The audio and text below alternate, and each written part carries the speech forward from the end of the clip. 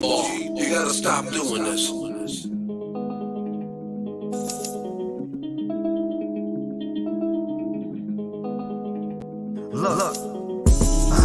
all my life has been neglected, so now I pick up the pen and use it as a weapon. You can see that I'm affected. People get killed for nothing but a possession. You need to look at your reflection and decide who you are. Stop acting disconnected. Got mothers killing kids. People couldn't live. I be on the mic, speaking how I live. Every day I wake up, another person is dead. Yo, what's going on? Yo. What's up?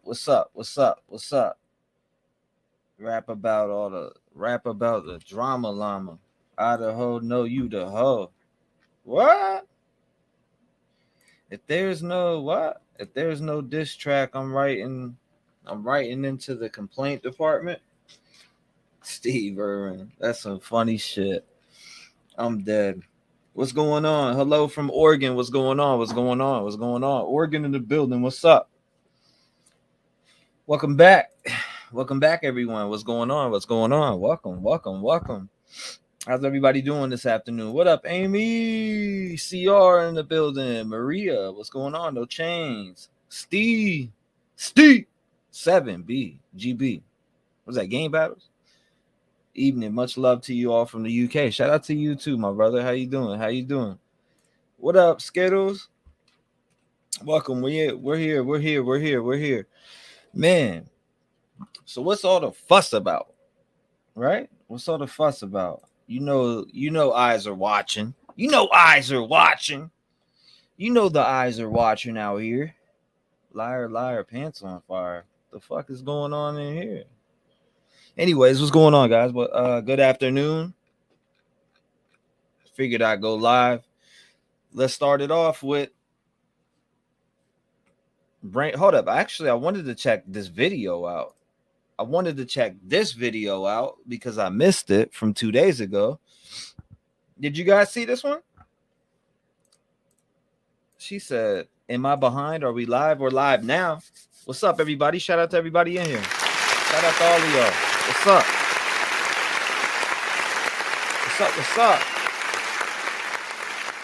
Hold up. I need to light up real quick. I got to prepare for this one.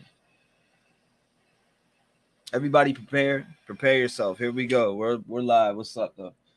Anyways, how's everybody been doing? What up? Yo, what's good? The Chicantique. The party has arrived. Hello from Vegas. What up, Jared? How you doing, man? Welcome. Shells, what's up? Gina Marie. Dr. Thrifty in the building. Tamara, how you doing? Michelle Mouse. Shayna, missed you, Trev. Just getting over COVID too. I know, right? Fuck COVID. Eight, Trev. Glad you're feeling better. Thank you. What up, Freckles? How you doing? Make sure y'all hit that. Smash the like button as you come in. As you know, I don't know. A lot of people been messaging me about another content creator mentioning me, which is Truth and Transparency. If you're in here, give me a call. I control my chat. Can't control my chat. People are gonna say shit. You know, people have their opinions about you. People have their opinions about me. Can we control that? No. We can't control narratives of other people. You know, people, I don't agree with the narrative that people run against me, but people are going to have opinions about you, and there's nothing that you can do about it besides have thick skin. So thicken up that skin. People are going to talk shit. I see people talk shit about me everywhere, including your chats, including a lot of different people's chats. So we can't control what people think about us. We can't control if people like us. But what we can do is try to make a difference. That's what we can do.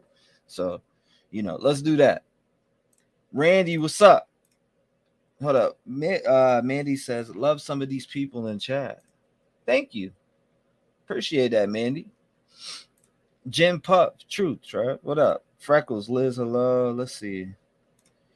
Chance what? Facts. That's what I'm saying. I'm just trying to tell people, man, you cannot control what people think about you. There's going to be people that hate you. There's people that hate my fucking guts, that cannot stand me. They wait for me to get online. They troll my chat all the time. You know, you just got to have that thick skin. You got to be able to take it all in. You know, that's what it is. That's what it is. Shout out to everybody in here, though. Give yourself a round of applause.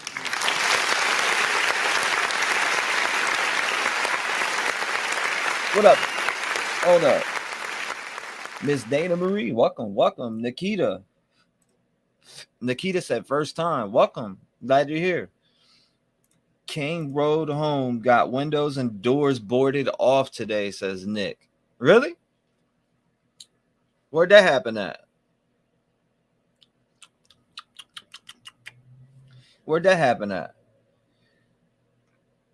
I just wanted to check this video out too. Before I open up these lines and let y'all call in, I want to see this video. Is there anything good in this video though? Please let me know.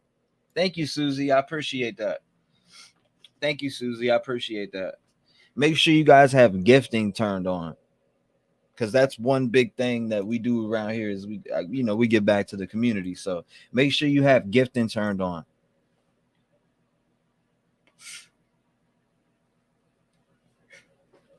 All right, let's check this out. 7 in my multi-part series where I take a deep dive investigation into the happenings in Moscow, Idaho, starring Bryan Kohberger. In today's video, we are going to discuss a lot of information. I know where King Road is. Of course, I know where 1122 King Road is. But what I'm saying is who boarded it up? Where did you see that? Is there a video? Is there a video about it, or is somebody take? You know what I mean? Somebody take a video of it. In a short amount of time, we are going to talk about Brantley Kopaka, Bryan Christopher Kohberger. We might even discuss BTK. That's Bind Torture KILL. And of course, we can't forget about Buddy.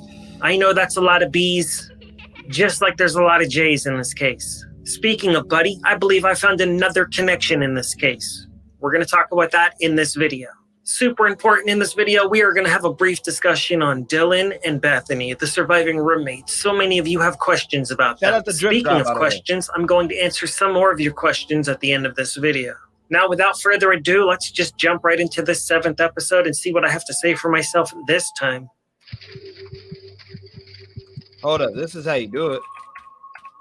Good evening, ladies and gentlemen, and welcome to Crime Circus. My name is Drip Drop, and I'll be your host as always. This is my 7th episode in this multi-part series. If you haven't seen the other episodes on Moscow, Idaho, and Bryan Kohberger, I have a playlist on this channel, and I'll be leaving a link down below, as well as a link to my second channel, The Crime Circus Cult, where I have another Moscow, Idaho video over there. Make sure you like, comment, and subscribe. I'm trying to get my second channel to 100,000 subscribers, and I can only do that with your help.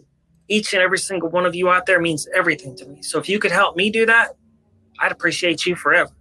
Either way, I appreciate you watching this video right here. And speaking of this video right here, let's start it with a boom. For those of you that I just want to see this video because I haven't seen it personally. But a lot of y'all probably seen this video, right? But it's like 29 minutes. I don't know. Is it good? Familiar. Brantley Kopaka was a soldier with PTSD. And he was shot and passed away forever from SWAT team in Pullman, Washington. He lived about 2 miles away from Bryan Kohberger. At around this exact moment in time, Bryan Kohberger and his father were being pulled over 2 times in a row in Indiana. They knew all about the shooting that was happening in Pullman, Washington. Bryan's father looked a little sketched out, and Bryan looked even more sketched out. If I was a police officer, I would have taken them both into custody just for the way they looked at me. But I guess it's good I'm not in law enforcement. Anyways, BLK, that's Brantley Kopaka, lived approximately 2 miles away from Bryan Christopher Kohberger. That's BCK. Pullman, Washington is a small town similar to Moscow, Idaho. I really don't think there's a whole lot of action that happens in these small towns in the middle of nowhere in Idaho and Washington. But apparently it was an action-packed couple of months between October 21st and December 15th. Before, after, and everywhere in between. There's some really specific dates and times within, and we're going to have a brief discussion on some of those right here. Brantley Kopaka was a soldier. He fought overseas in Afghanistan in Operation Freedom. He earned a Purple Heart because he developed a brain injury as he was overseas fighting for America. Thank you so much for serving, Brantley Kopaka. We really appreciate you here at Crime Circus. And I know a lot of you ladies watching this right now really appreciate a man in uniform. And some of you men out there appreciate a man in uniform too. So shout out to all of you. Anyways, Brent had PTSD. He had some psychological issues. He struggled with life after he was discharged from the military. He lived in an apartment in Pullman, Washington. Welcome. And we're going to take a look at some pictures right here and now. This is a picture of Brent Lee Kopacker right here from his military days. He was a bit younger here from when he passed away in his late 30s in Pullman, Washington. But this is to give you an idea of what he looked like next to the American flag because he was an American soldier. This is a picture of Brent when he was a little older in his 30s. This is to give you a better representation of what he may have looked like when he passed away. Looking at this photo right here, this picture was posted by Brent Kopacker approximately 1 week before he was attacked by SWAT team in his own apartment. He posted it on his Facebook page and it says, "I see you too." And you can see the spelling is a bit odd and he didn't put any spaces in those words. I think that's some type of clue, but I'm just not sure what that clue means. Maybe one of you out there watching this right now understands this clue and can help me answer these questions. If so, leave a comment down below and let me know, what does ICQ2 mean? Is this any sort of reference to Inside Looking from Reddit? I'm going to put that picture on the screen right now. For those of you that may or may not remember, Inside Looking is rumored to have been Brian Koberger because this person on Reddit seemed to have a lot of inside information and they were acting super sketch. And quite a few Reddit users actually said that they reported that user to the FBI tip line as well as to the Moscow PD tip line. Within weeks of those tips coming in, Brian Koberger was under arrest and Brent Lee Kopacker was passed away. So, quite interesting. Inside Looking had an eyeball as his profile picture, and for some reason, in the middle of all that happening, Brent Lee Kopacker decided to post "I see you too" with a picture of his eyeball. We are going to take a super zoom into his eyeball as far as we can. There is a reflection happening inside of his eyeball. We may all see something a little different here, but I'd like to know what you see because what I see kind of disturbs me. But I don't want to be the one to plant any seeds in your mind, and don't read any other comments before you leave a comment if you're going to comment about what you think you see in the reflection of Brent's eye. This is a deceased soldier, and whatever we see in his eye may be a connection or a clue to what happened in Moscow, Idaho. But then again, it might not. We just don't know. This is a guessing show, folks. And I'm not going to spread misinformation on the show like some other channels may enjoy doing. Anybody mentioned in this video is presumed innocent until proven guilty in the court of law. And none of this information is to be considered factual. That's a legal disclaimer. Moving on. Now what we're looking at here on the screen is somebody named Drip Drop. You may recognize him from this very show here at Crime Circus. He had nothing to do with Moscow, Idaho. But in my opinion, he is damn good at reporting on the Moscow, Idaho happenings from 1122 King Road from that fateful night on November 13th, 2022. Ladies and gentlemen, I really appreciate you watching this show. I really, really do. And on that note, we are going to have a very brief interruption to this program, and I'll be back in just a minute. So many of my friends and family have been in accidents in the past, and they didn't know what to do because it was too complicated. That's all changed with Morgan & Morgan. They've modernized the process to make it super easy. Now, it can be done directly from your phone. Morgan & Morgan is America's largest injury law firm. They have over 100 offices nationwide and more than 800 lawyers. With over $15 billion recovered for clients, Morgan & Morgan has a proven track record of fighting to get you full and fair compensation. Submitting an injury claim with Morgan & Morgan is so easy. It's more like using an app than hiring a lawyer. Seriously, submitting a claim with Morgan & Morgan is more like ordering takeout than hiring a lawyer. With Morgan & Morgan, you can submit a claim without ever having to leave the couch. It's as fast as 8 clicks or less to submit a claim with Morgan & Morgan. If you're ever injured in an accident, you can check out Morgan & Morgan. It's so easy, you can submit a claim in 8 clicks or less without ever having to leave your couch. For more information, go to forthepeople.com/circus or dial pound LAW. That's pound 529 directly from your phone. Now back to Brent Lee Kopacker. The police department was looking for a Hyundai Elantra between the years 2011 and 2013. They were very specific about this. And to be so specific about a certain age range, that surely means you've eliminated the other years, such as 2014, 15, 16, as well as 2009 and 10. Otherwise, it would be a much broader range, such as we're looking for any white Hyundai Elantra. Well, it turns out the Hyundai Elantra they found was a 2014, but they weren't looking for a 2014. They were looking for a 2011 to 2013. Now let's take a look at the car that's parked at Brantley Kopaka's parents' house. What we see in the driveway of Brantley Kopaka's parents' house is a Hyundai Elantra that appears to be a 2011 to 2013. Is this the car that police were initially looking for? Keep in mind, Brian drove a 2014 and they never said they were looking for a 2014. White and silver cars can look very similar on body cam and surveillance cameras late at night with bad lighting. I saw a lot of intelligent online sleuths speculating that it may have been an actual silver Hyundai Elantra that the police were looking for long before Brian Kohberger was ever on the radar and before he was arrested or taken into custody or any of that stuff. I'm not saying that there's any connection to this vehicle and the crime, but it certainly sparks interest. This is one heck of a coincidence, folks. Brian Kohberger is fleeing Washington in a Hyundai Elantra. Brent Kopaka passes away, and there's a Hyundai Elantra parked at his parents' house. This is crazy, ladies and gentlemen. Moving on. As you can see in this picture right here, this is taken from a news article. This is the apartment complex that Brantley Kopaka lived in, and this is apparently where SWAT team did what they did. And I am going to draw your attention to the lower left corner to this car that happens to be covered in snow. And in my opinion, this looks like a silver Hyundai Elantra. I could be wrong about this, but a lot of you out there are a lot smarter than me with identifying vehicles. But this looks like the vehicle that's parked at Brent's parents' house. Is it a Hyundai Elantra or not? And if it is it the same Hyundai Elantra? There's a lot of unanswered questions in this story, ladies and gentlemen. Now we're going to take a look at a social media post involving Brent's machete, as well as some things in the background of the picture that are very eye-opening.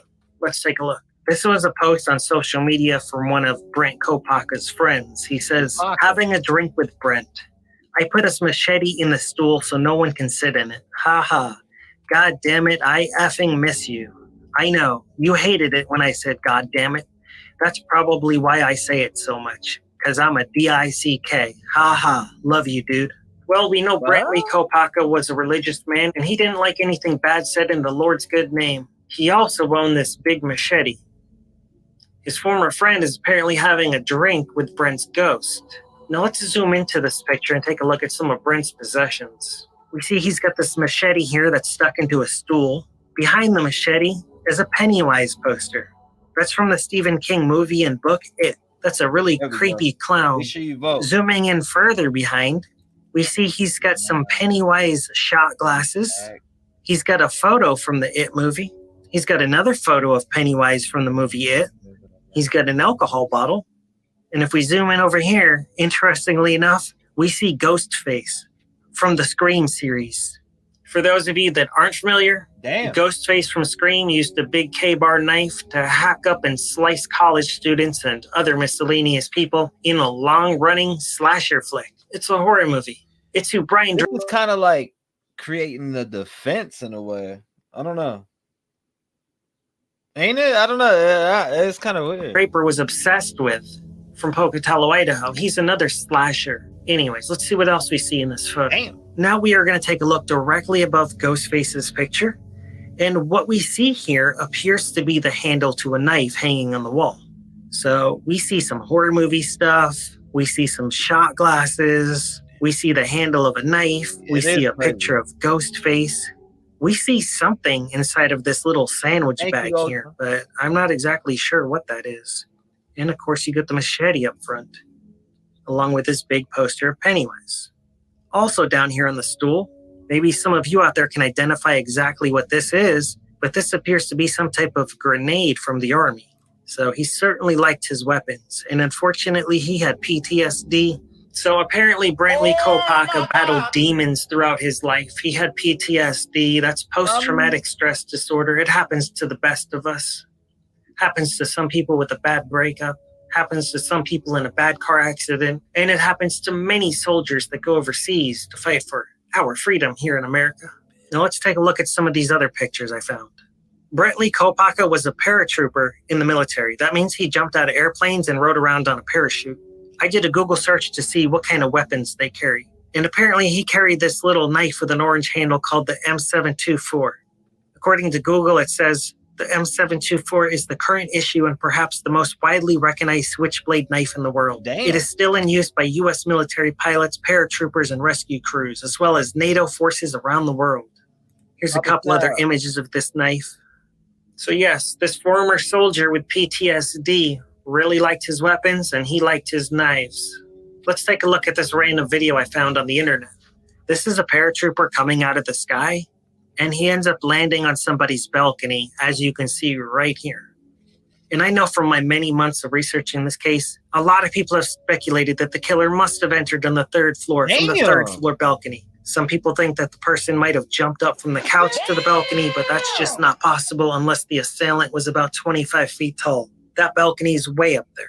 But do you think it's possible somebody could have came out from an airplane and landed on the balcony with a parachute on? Some of you might think that's crazy, but I just showed you in a video how that's quite possible, how someone can use a parachute and land on someone's balcony. That's fucking insane to me. Oh my God! Damn!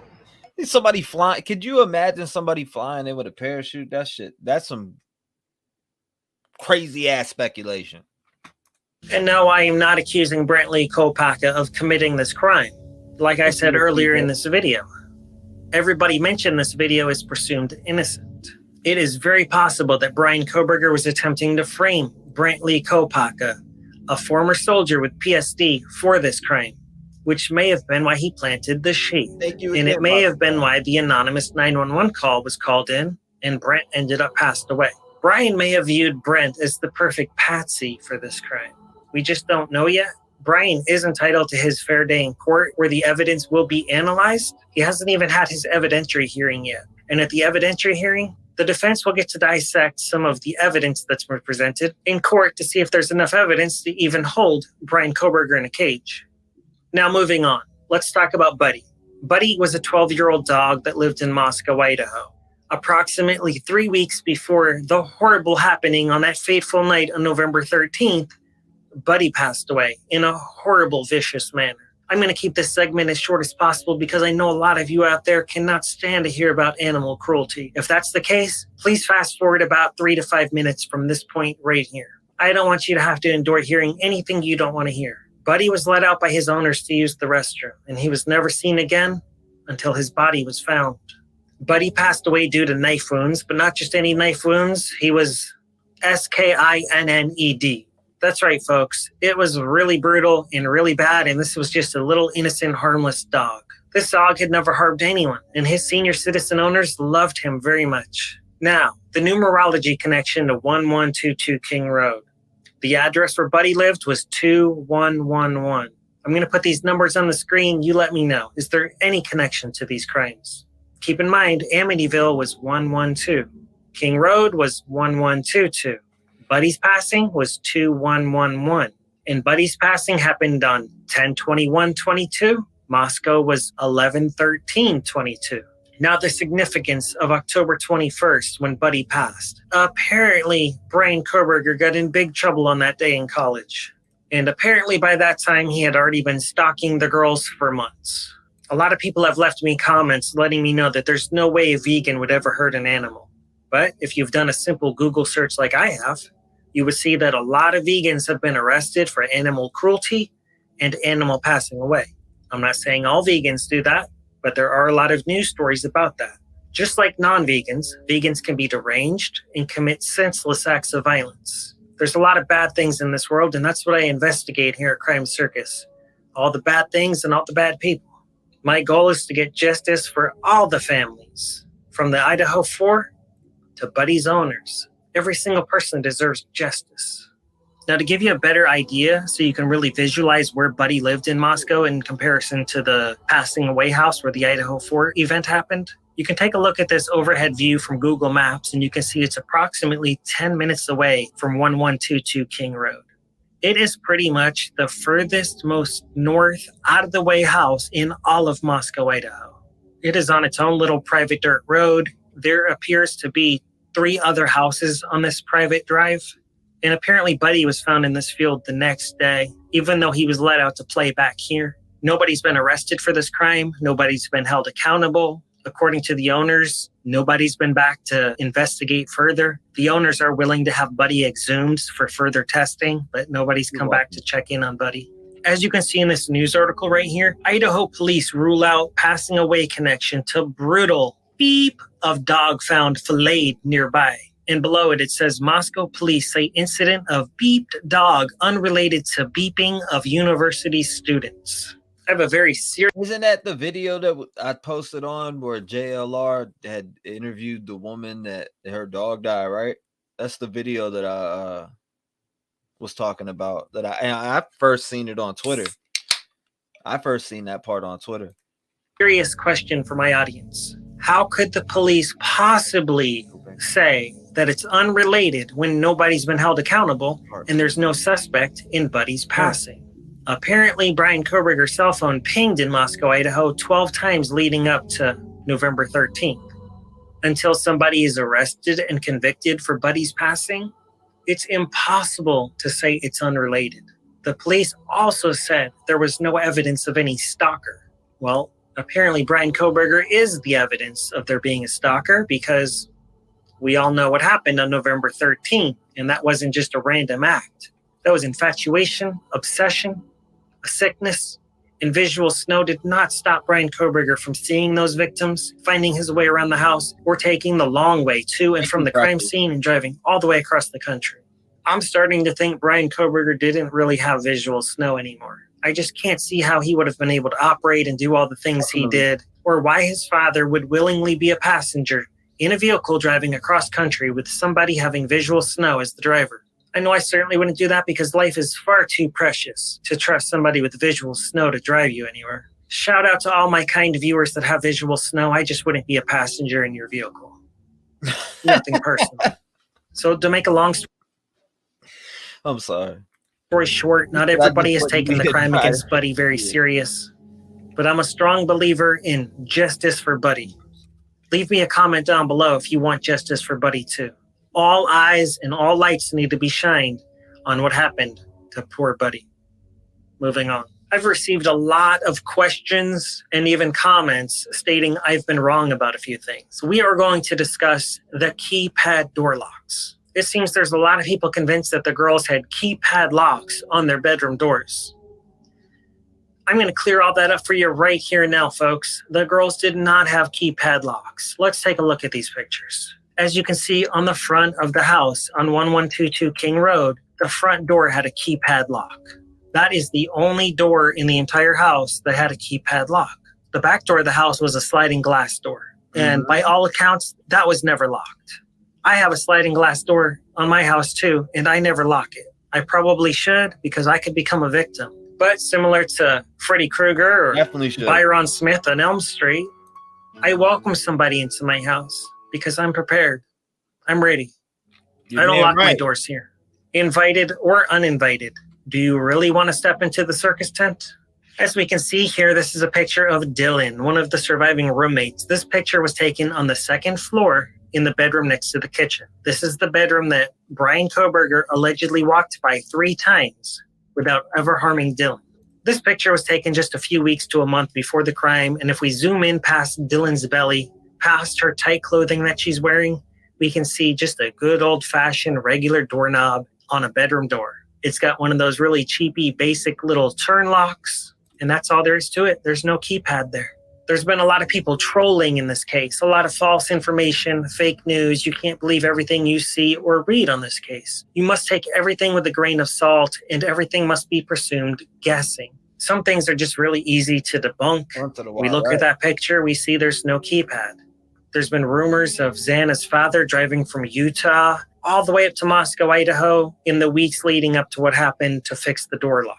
Besides him allegedly saying it, I've seen no proof of that, and I find it highly unlikely that somebody's parent would have to take a 10-hour road trip to fix a door lock when there's plenty of college boys that are quite capable of fixing a door lock.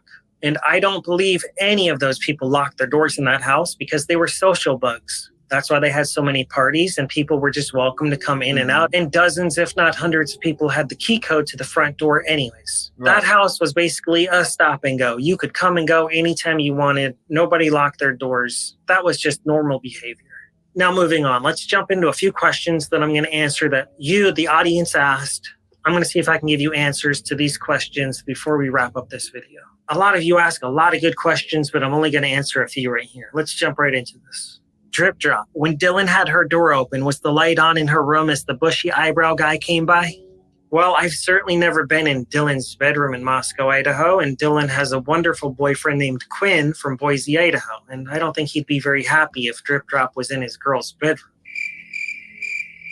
As for the light being on, I certainly have no way to know that one way or the other. If Dylan did have the light on and Brian did have visual snow and he was walking by Dylan's bedroom, it probably would have burned his retinas and he would have felt a lot of pain and disorientation as he was trying to escape. However, Dylan's light was probably off because I believe she was trying to sleep and she was startled by the noises she was hearing. And when you're startled by noises you're hearing, you sneak and creep and peek with the light off. You don't want to be seen, so she probably just peeked her eyeball out of the crack in the door. Next question. Wasn't Dylan's room above Bethany's room? I'm going to show you a picture of the 1122 Moscow, Idaho house where the crime happened, and I'm going to show you exactly where each of those girls' bedrooms were. As you can see in this picture, this is a front side angle of the crime scene house. On the bottom left, right here, where you can see that arrow pointing, that's where Bethany lived. That's the first floor. Directly above Bethany's room was the living room. When was that? Now, towards the back of the house, across from the kitchen, that would... Where did you see that at? Be Dylan's room on the second floor, which was directly below Maddie's room. Hopefully that clears that up for you. On to the next question. Drip drop. Did BK lock the two rooms after the passing aways to gain escape time? Could Dylan didn't notice anything except closed rooms where people did not answer when called and just some beep drops in the living room? That's been an early on rumor in this case that the bedroom doors were locked, but I just don't believe that's the case. Recently, I've heard that Ethan and Xana's best friend found them, and there was no discussion of picking any locks or kicking any doors down. So I don't believe that he locked any doors, and he probably just did his stab, slice, and then he escaped as fast as he could as he peeled out in his car. I could see Brent doing this, but not Brian. Have you looked into Dylan's boyfriend? Well, we're all entitled to our opinions.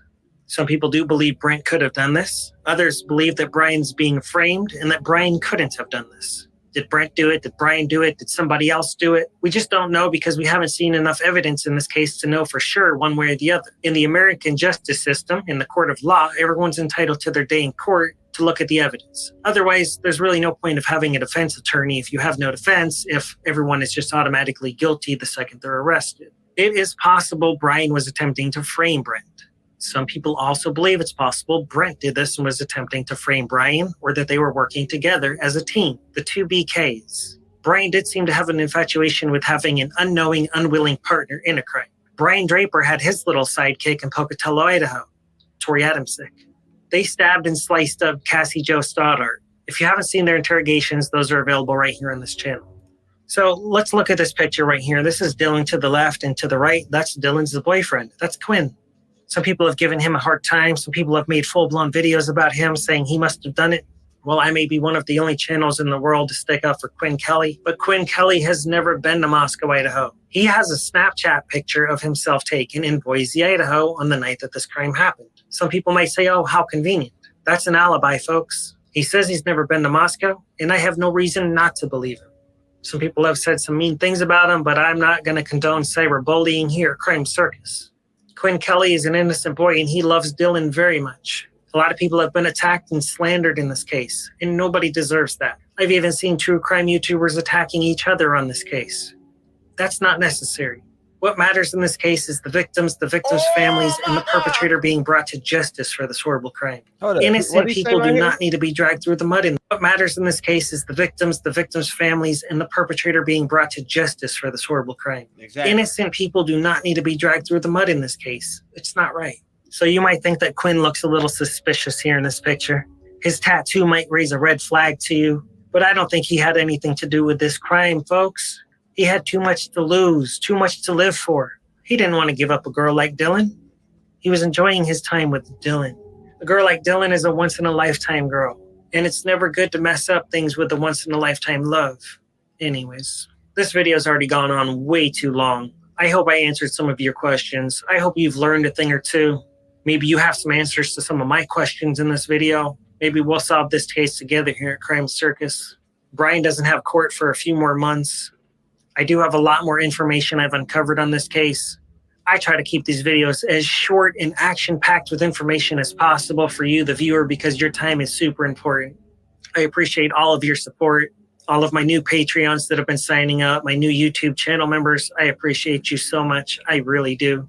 If you could please go subscribe to my second YouTube channel, The Crime Circus Cult. We are on the road to 100,000 subscribers. If you like true crime videos and interrogations and Moscow, Idaho, go subscribe to my second channel. You're in for some real treats over there, and I have a lot more content coming ASAP. If you want to support this show financially, please consider joining my Patreon or YouTube membership or hitting me up inside of the Cash app, Cash symbol Crime Circus. Your support means everything to me here, and if you don't want to support financially, please smash the like button, leave some comments, watch the advertisements, and enjoy the show.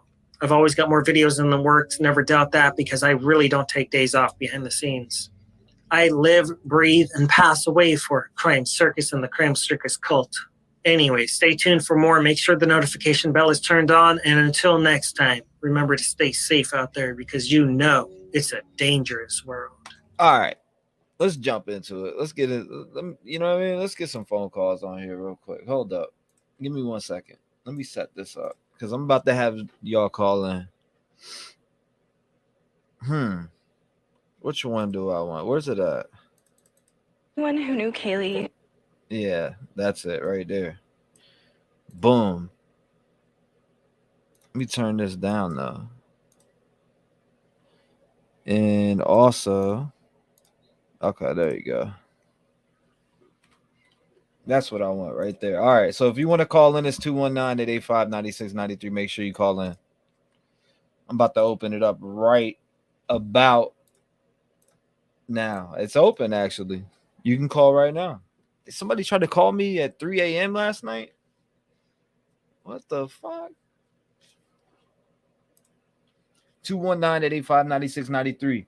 Nobody calls, so I can call in. T-REV rocks. Thank you. I appreciate that. Call in. What's your thoughts on everything going on in the case right now? With all the talk out here, people flying in the parachutes. You got Brent Kopeka. What is it? Kopeka? What do he call him? Kopaka. I think he called him Kopaka, like Tupac or some shit. But yeah, definitely call in. Hold up. Let me put this right here. 2 minutes.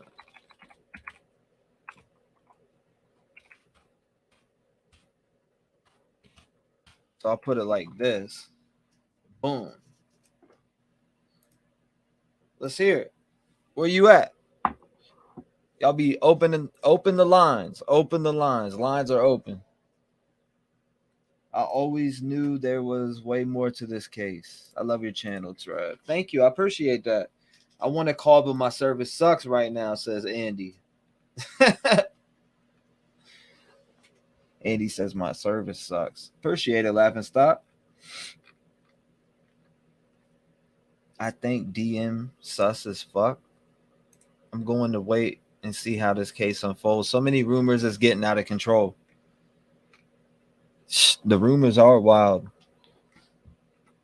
The rumors are most definitely wild out here right now. Let's fucking go. Call in. So far, I don't know. I don't see nobody. Let me refresh my browser too.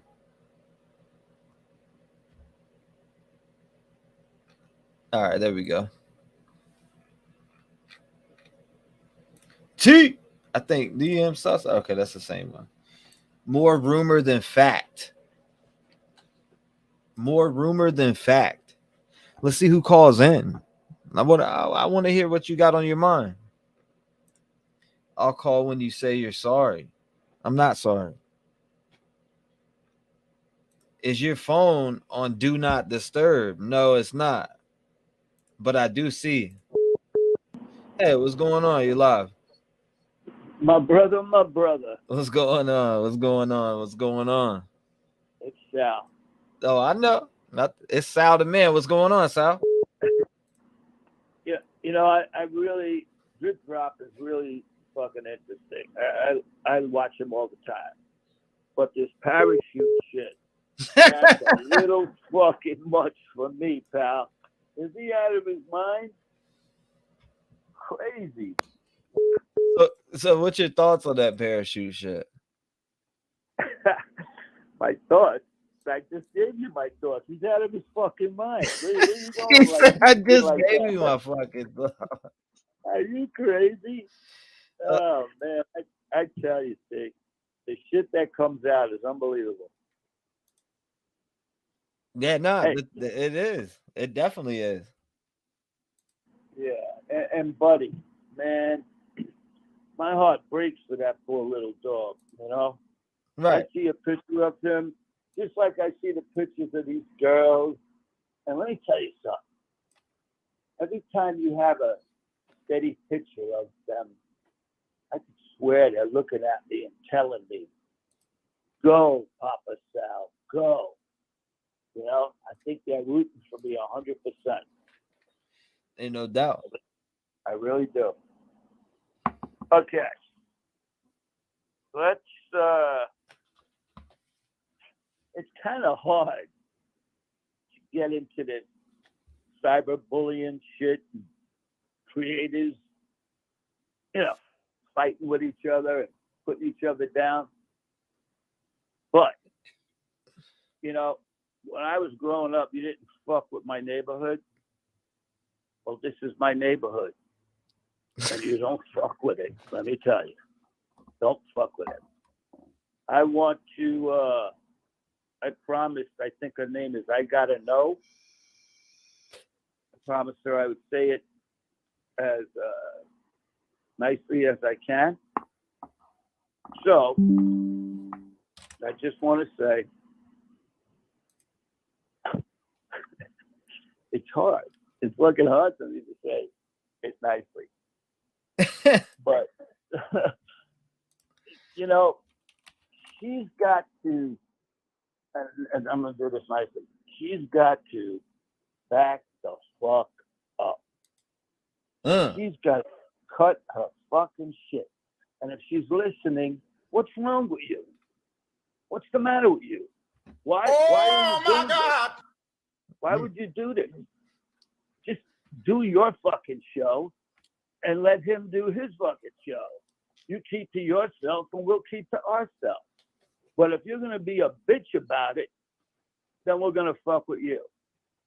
And that's all I got to say. And I tried to do that as nicely as I could. Hey, man, I don't even know what the hell was. I don't know exactly what was said. You know, I just know a bunch of people hit me up and were like, I don't either. I'm so confused on Discord. You know, everybody's saying something and I'm not getting it. You know, I'm not getting it. You know, I get confused.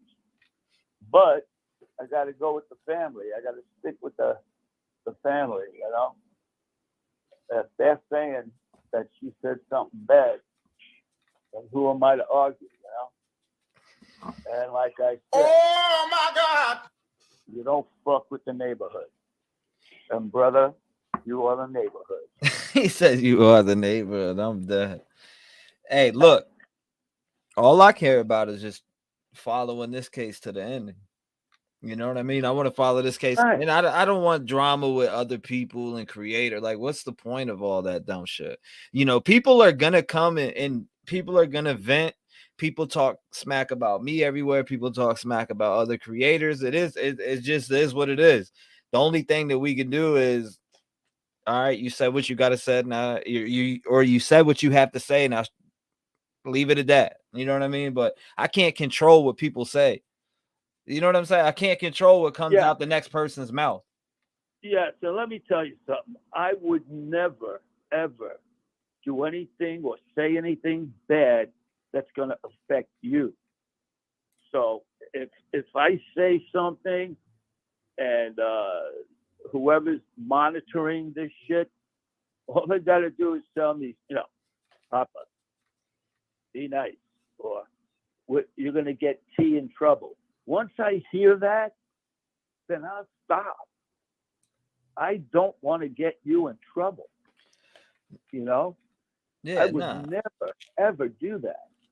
I got a big mouth sometimes. And a lot of times I just say what the fuck is on my mind.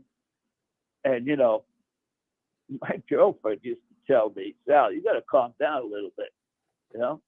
And she's right. Hey, God rest her soul, you know? it happens. But yeah. I don't know. I don't know what to say other than that. I mean, just stay with your show and let us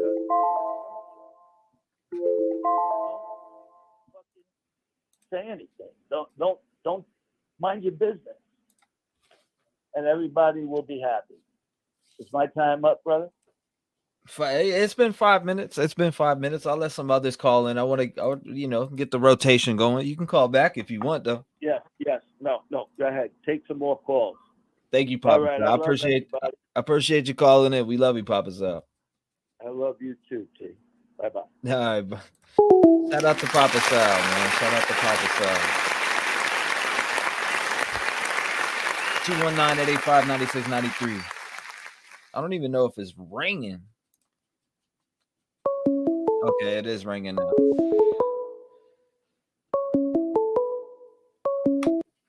(772). What's up? You live?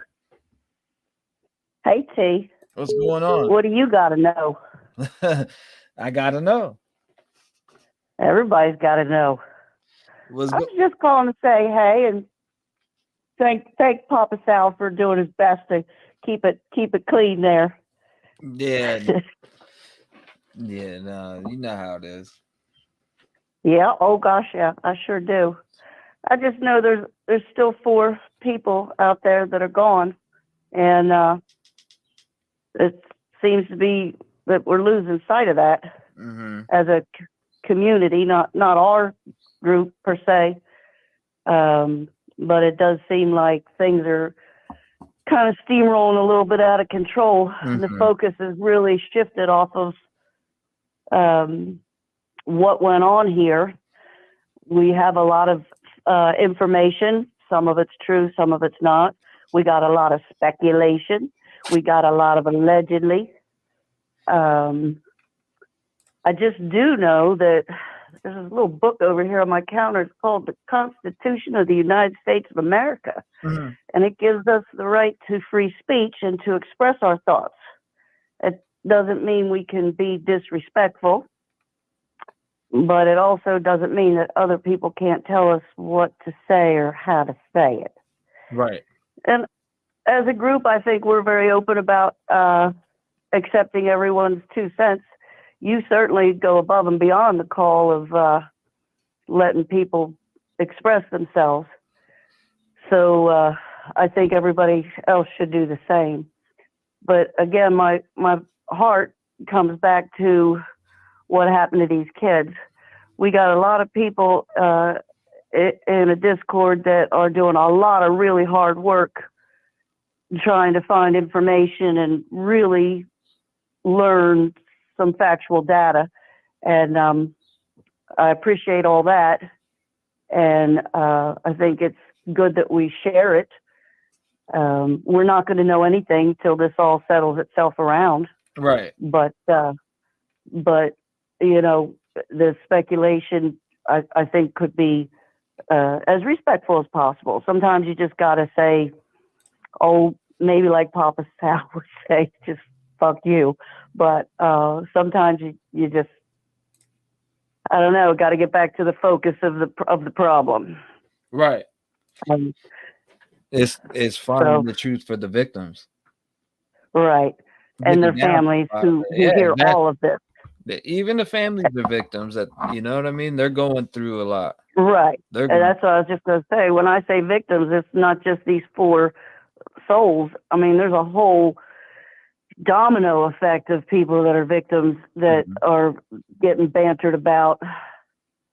And that's just sad. And unfortunately, that's the world we live in. We have to learn to live with it and do our best about it, and keep good energy flowing. And I guess that's everything I got to say. I got a lot of stuff, you know, technical stuff that I think about, but I didn't want to get into all that today. I just wanted to talk about do the right thing. It's not that hard. Spread that shit everywhere. Yeah, absolutely. June, I just thought a lot of people are talking about June and what's going to happen in June, but not much. People don't realize that we're going to have to wait for about a whole year after that. Yeah, at least as involved as this is with 4 victims and all that, crime scene stuff, there's a lot to go through. There is. Especially if we want it done correctly. And, there's a lot of questions about how things are being done and have been done. And, I'm not going to speak about that either because I really don't know, but I have my feelings about it and I do my research best I can. But basically, I just want to say, stick to the focus. There's 4 people that are gone. We don't know all the details of it. Mm-hmm. But I like that we can come here on this particular channel, speak our minds, speak openly, speak freely, and honestly as we can with no repercussions, as it should be on each and every show. You hit it right on the head. It's I'm sitting back watching all these rumors and I don't know, like personally, I really think that Brian Koberger is the right person. I think that he is the right person. Yes, in America, you're innocent till proven guilty, but I allegedly think he's the right person. I don't think there was anybody else involved. I personally think he, like I said on my last stream, he would have, that dude would have been singing like Mariah Carey already. Yeah, and I don't know if you remember way back when this all started. I originally said it would be one person doing one thing, and I stick by that. And when he was arrested, I agreed with that again, allegedly, till he's proven, innocent or guilty. But as a result of this incident, so many other factors related to this case or this geographic area have come to the surface of so many questionable activities and, just all that's too much to ignore. Right. So, we're in a bunch of rabbit holes in addition to this murder.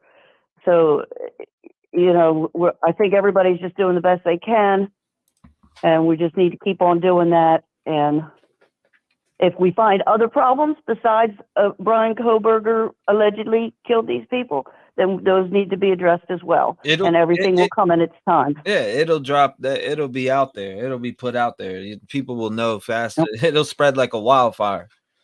Yes, sir. I agree. And you could tell the shit that's rumor because it's not, you know what I mean? It's shit would be headlines. I don't like shit will get out. If somebody else is involved, that shit'll be a headline. I promise you. Yeah, and it will. And it's business with this illness of this young lady. I'm not even going to have to say the name because everybody already knows. There's a medication called lisinopril that was mentioned. Now, I've been a nurse for 47 years, and I'm going to tell you right now that would not address those 3 medical issues that were identified. So just right off the bat right there, and that's just the tip of that iceberg. But again, time will tell. Time will definitely tell. Well, I appreciate you calling in. I gotta know. All right. I gotta go too. So you have a great day. It's good to hear you. Thank you for calling in. God bless you and lock your door. Bless you too. Will do. Bye-bye. Thank you. Shout out to her. If you want to call in, it's 219-885-9693. Make sure you call in. I want to hear what you're thinking. What do you think about all these rumors? I just want to hear. I want to hear what you guys are literally thinking. What is 781? What's up?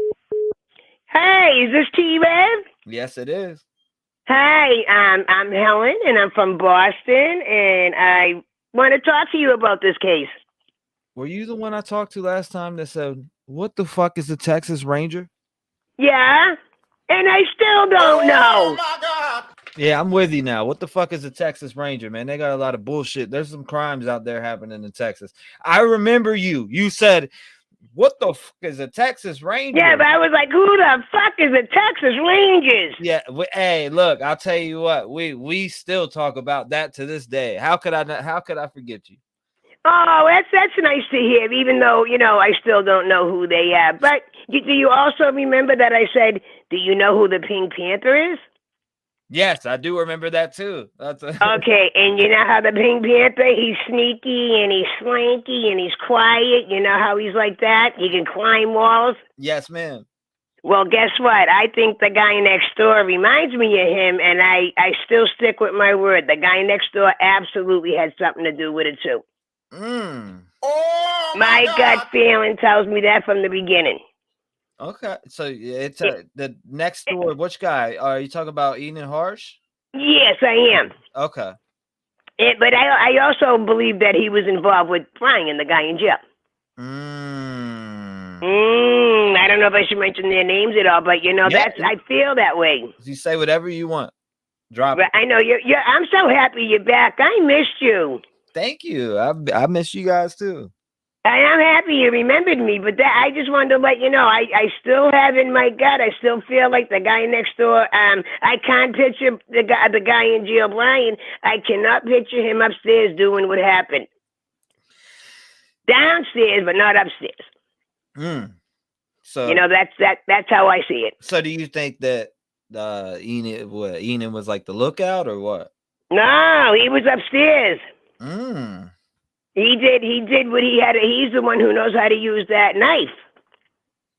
I don't think Brian does. I think he was downstairs doing something else. Damn. I mean, right from the beginning, that's how I felt. When I seen those Texas Rangers men, they still didn't have Brian in jail. So I just think the guy next door is better doing things like that. Oh, damn, baseball. So that's crazy. So what video have you been watching lately? Like, on anybody making any interesting videos on what you're talking about right now? No. Dr. Thrifty did. Dr. Thirsty, I think he is great, and I like him. But I was waiting for you to come back because I'm new with the YouTube. I just started doing it, maybe 2 months ago, 3 months ago. Oh wow! So right about when I came on with Idaho 4. There you go, and I stuck with it, and I can't get it off my mind. This is horrible. Yeah, it is. Yeah, and I know the families, especially the Gonsalves family, they're upset that they're under this gag order. They can't speak. I think this gag order is bullshit. So do I. I think this is America. We have the right to say whatever we want. We have the freedom of speech. I don't know why they think that they can't talk. The poor families. Now, yeah, they're forced to be silenced. I know that Banfield had on. Who did she have on? She had on Xana's mom, right? Yeah, my heart breaks for her. That woman. Yeah, Xana's mom. Yeah, because the woman who was interviewing her, shouldn't have done that with her. They play. It was I think it was more of a rating viewing thing for the. You know what I mean? Oh, absolutely. I know, but that was horrible because every question that the woman asked her, she was like, I don't know. They shouldn't have had her on. I don't know why. But that lady on the news or whatever it is, she takes anybody's word and talks about it. She don't care. Nah, she don't get nope. Absolutely. So. But anyway, I'm glad you remembered me. I mean, I never thought anybody in the world would remember me. Yeah, of course I remembered you. Hell, I remembered you immediately. But you keep talking about those damn Texas Rangers. One day we'll know what the hell they're all about. Over in Boston, we don't have that kind of shit. Every man for themselves here. She said, "What the fuck is a Texas Ranger?" Yeah, what the? Yeah, because somebody said it on TV on the show. I'm like, what the fuck is a Texas Rangers? I gotta clip that and put that as a soundbite. I know you should, and listen. But when you find out about him, or I find out about, I'm gonna call you. I'm gonna keep trying to find out. So I mean, what what made you think about Enan and A feeling right from the beginning. The feeling when he was being interviewed. I don't know. Sometimes I get these like a sense of something. And when he was being interviewed, I was like, oh my God. so you just And not from Reddit or 4chan. I don't read those. I don't pay attention to that. But I just got this feeling with him. He's a chef, He's good with that knife. Yeah, that is such a good point. I mean, yeah, and he could go very quickly. So then downstairs, I picture Brian downstairs, and they're putting a fight up downstairs, not upstairs, downstairs. My heart's broken for the families. When I lost my son, if I couldn't have talked about it, I would be devastated. Let me tell you something. And if my son was murdered, oh my God, T, I can't imagine that. Oh, I said the wrong word. No, it's I don't know, man. I feel like we should be able to hear from the families. You know what I mean? We should. Yeah, they need to talk about it because how can you go on and just keep your mouth shut? This shouldn't be right. This isn't right. Yeah, I don't know why the families can't talk. I enjoyed actually, hearing from Steve and his wife and just the families in general, and them being silenced. They got to be silenced for 2 years, then go in a courtroom with this guy. This is crazy. Anybody told me to shut my mouth? Yeah, I won't shut my mouth. I got the biggest mouth in Boston.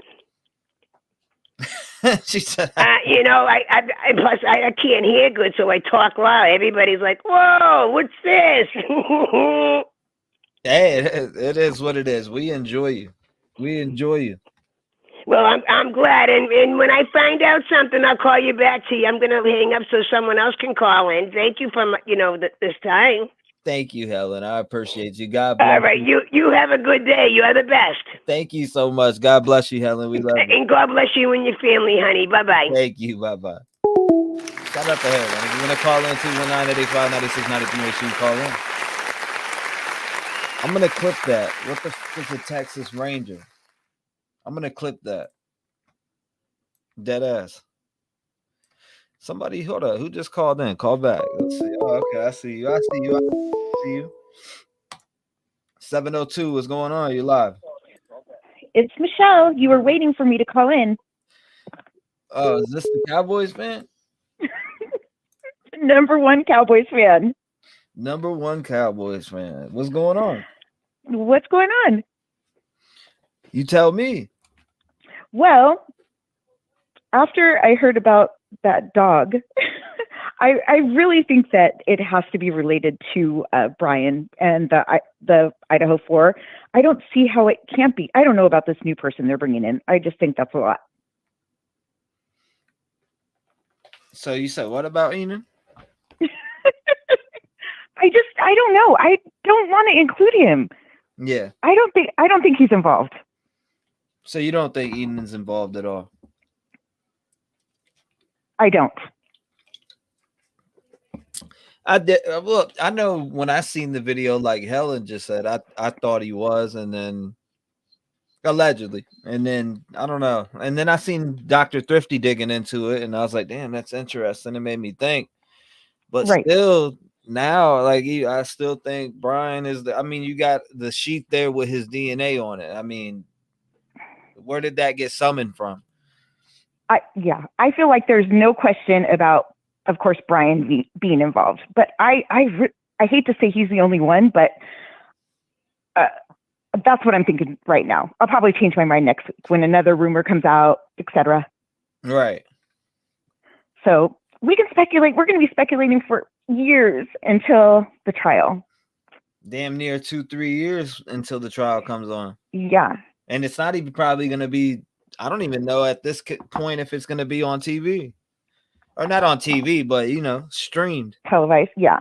If anyone's going to be able to be in there and record it. Oh, I don't know. Well, yeah, I don't know. I think it's popular enough that they will. Like, I think they'll allow it and just maybe, I think they might move it. I think they might. So you think they'll move it? I heard about them moving the case 300 miles away. Possibly. I don't think it's going to make a huge difference, though. Do you? Not really, because I mean, look how many people were calling in from different countries. Like we had people from Ireland, South Africa, right? People from all over the world. Hell no. If people from all over the world know about this, I don't care what. If you move 300 miles, 500 miles, 12,000 miles, people know about this case. Right. So it's kind of hard to really even. I mean, I don't know. Are you going to get a fair jury? It's going to be tough. That's the thing, is jury selection is going to take forever in a couple years when this all starts. I think jury selection will take a while too. That's one thing I've been thinking about. I'm like, man, selecting the jury on this case is going to be hard. I think this is probably going to be the biggest trial since OJ. Right. I agree. Well, I appreciate you listening to me. Well, thank you for calling in. I appreciate it. I'll talk to you soon. Michelle Mouse, the Eagles fan.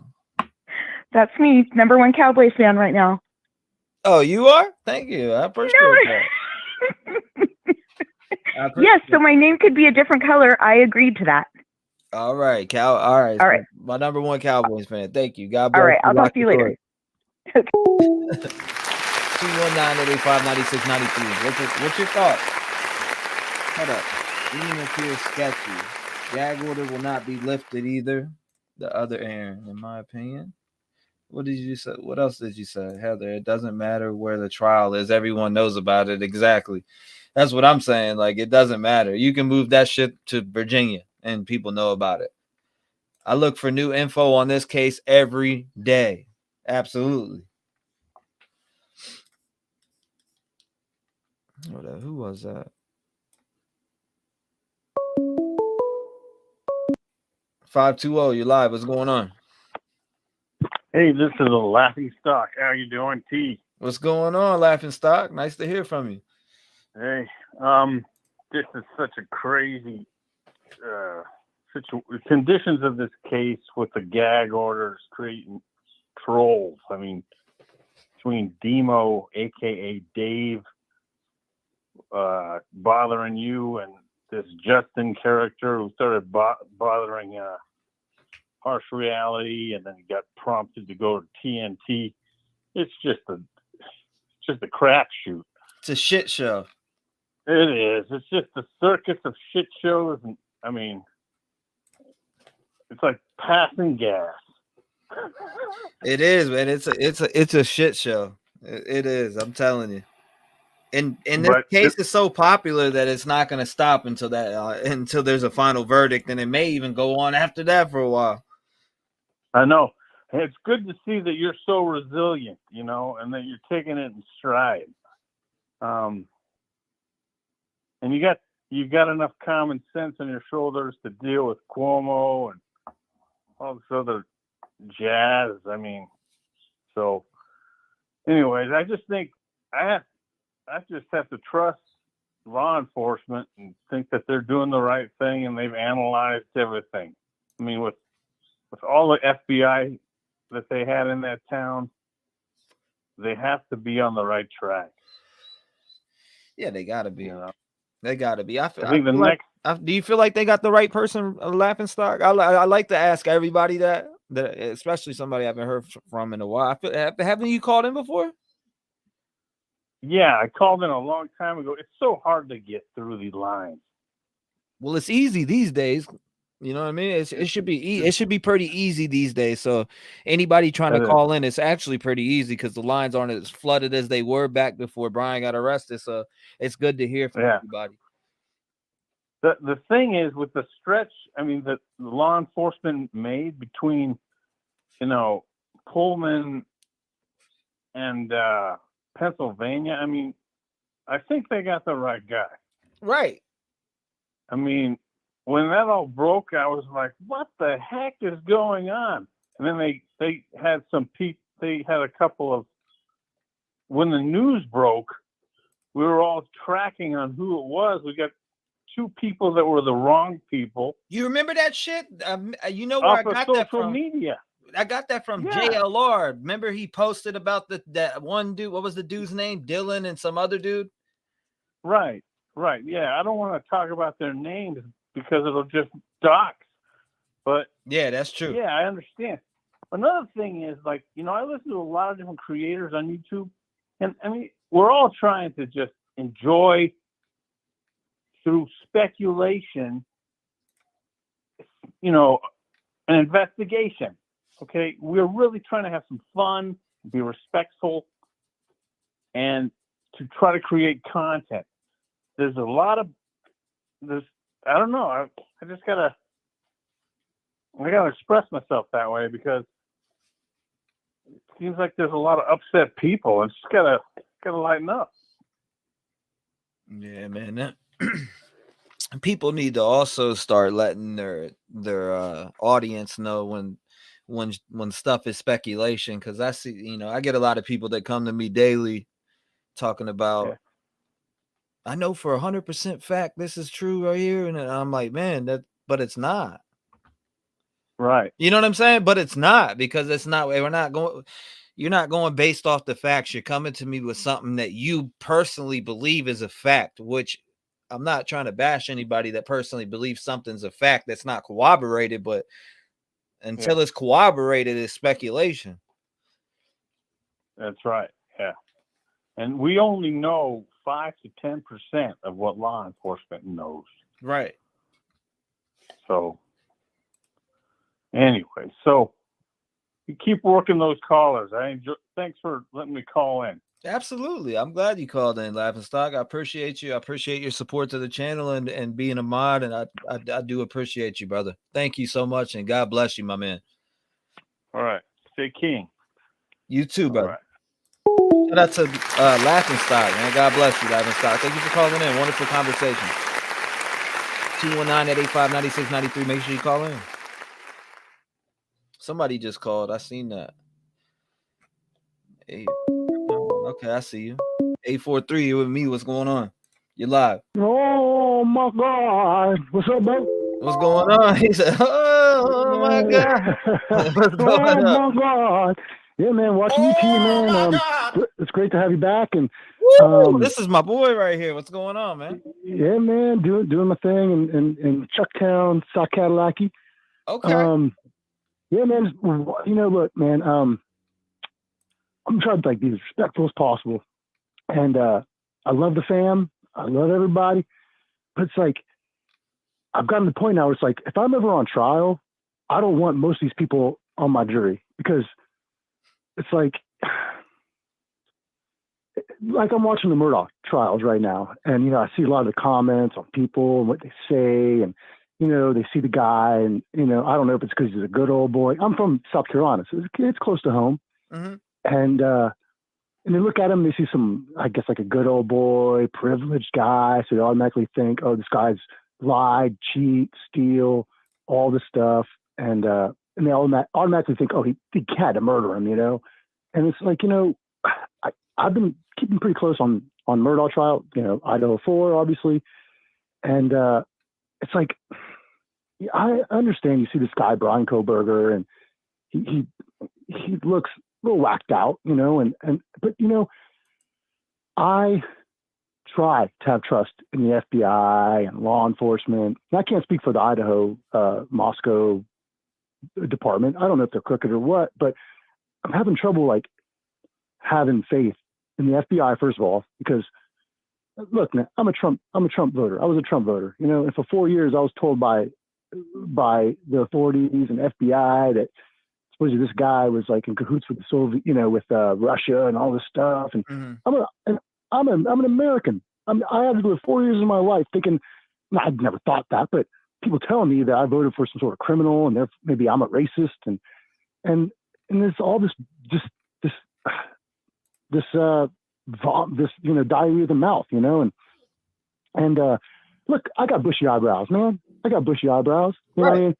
I could be Brian Koberger, huh? You know, it's like, you know, I've been driving around Moscow or something, you know, I mean, my phone pings here and there. It's like, we get and there's a gag order, for God's sakes. I mean, how am I supposed to have any faith And what the cops are telling me, what the FBI is telling me, I have zero trust in our government, our FBI, our law enforcement right now. I was watching, I like that chapter, that YouTube channel. It's pretty good. Mm-hmm. T-REV, but that's all right. And you're the man. But he just did this case where it was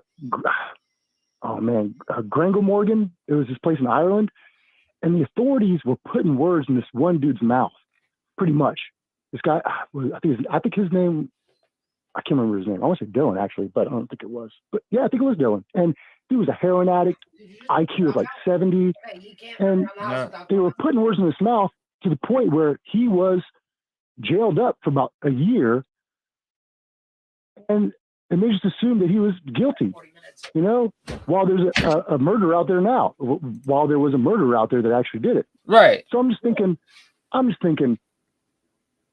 make sure before you point the finger at people without even the trial starting or the sorry affidavit they're giving us, all the sorry information the authorities are giving us, make sure you think you sit down at that table as a defendant. And you're on trial for death. That's why I'm against the death penalty, honestly, man. I used to be for the death penalty, but I'm pro life all the way, from birth to a convict or a murderer. I just feel like God is the ultimate judge, and no human being on this planet has a right to kill anybody. Right. So that's my personal opinion. I get it, dude. I get it. I've never had a family member. I know you had a family member that got murdered, and that's horrible. And that's why I bet you are okay with death penalty, and I understand that. I totally get it. Personally, I don't. But in that matter, that there could be an innocent person being, put to death. It happens, dude. It happens. Yeah. No, it does happen. So people got to put themselves in that shoes, man. One day they might be on trial, and they might say they might have bushy eyebrows, and they're like, dude, I got bushy eyebrows, but I didn't do it. Like, DM. I don't want to get on DM too hard, but what?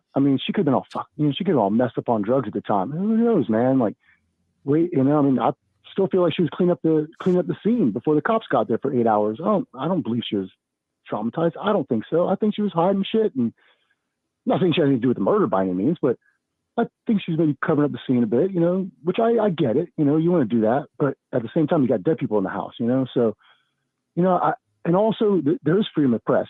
As long as a content creator my viewers go out there and knock on this door and harass you, that's wrong. You can't do that. But if you want to put out some rumors and shit, this is our First Amendment, freedom of press, freedom of speech.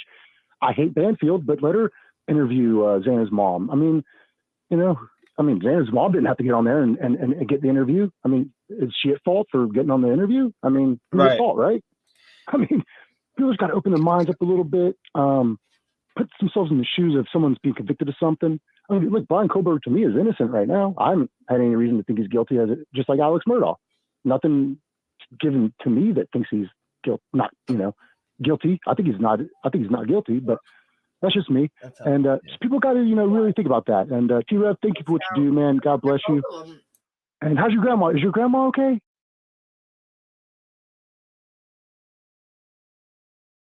God bless. How you doing, man? You doing good, man?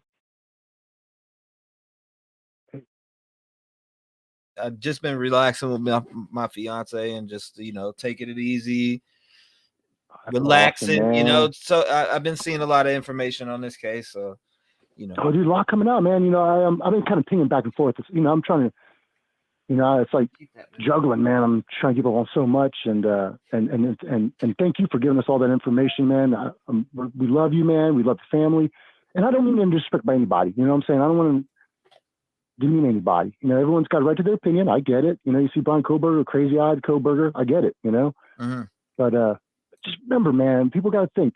One day they might be in the shoes of the suspected convict or something, and they got to remember that, it could happen to them. You never know. And just remember that, keep your mind open, and God bless you. I know it's my time up. I'm sorry, Bubba. No, I appreciate you, man. Yeah. Like I said, man, grandma's doing good.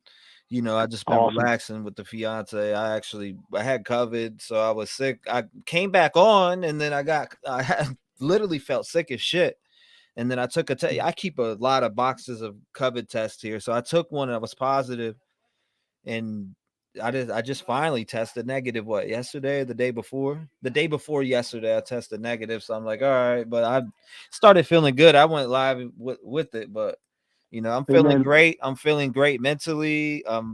Sometimes you don't gotta step back too don't get that and jab, collect man. yourself. Don't get that jab, dog. Don't get it. Absolutely, Don't get that jab. never have, never will. I don't Good, even get flu shots, so good for you, brother. I appreciate you Good for you. calling in, brother. God bless you. Thank you, man. I appreciate you having a voice in the community and speaking with your mind, man. I do appreciate that. Oh my God. Hey, thank you, T. You're the best, Oh man. my I love you, God. bro. I love you all. We love you too, brother. Thank you. Shout out to him, man. If you want to call in, it's 219-885-9693. Come on, call up. Speak your mind. What do you want? Yes, I really don't like to do politics. If you voted for whoever you voted for, awesome. But some people are gonna speak their shit. But I just don't personally get into politics with people. It's just a big argument, right? 317 sent from heaven. What's going on? You live? Hey, this is Diane from Indiana. I'm Hey. glad you're back. Hey, Diane from Indiana. Welcome back. The caller that just called in, I totally agree with him that I would want no one so far on my jury trial if I had one, because it doesn't seem like anybody's looking, well, some are, and you are, in other directions, because all the evidence so far that points Brian's way could also point towards Mr. Harsh at the same time. Now, the problem. All right, so let's take it like this, right? The problem that they're gonna have is that sheath with the DNA. I mean, that right there is just like the biggest thing that I've heard that's in the way from a lot of people's speculation on different people. Oh, because I've seen a video. I actually recently just seen a video where somebody was saying Harsh did it completely, period. So that would mean that he would have to steal his sheath and, you know what I'm saying, put it at the scene. Touch DNA, and I know this of an incident I went through. Basically, once you get it into court, it kind of gets laughed out, or is what happened to me, because as it was explained, touch DNA is like transmittable. You can go to a coffee shop, get a coffee, the lady or guy who hands you your coffee, and you put your fingerprint right in the same place. You just picked up their DNA. Mm-hmm.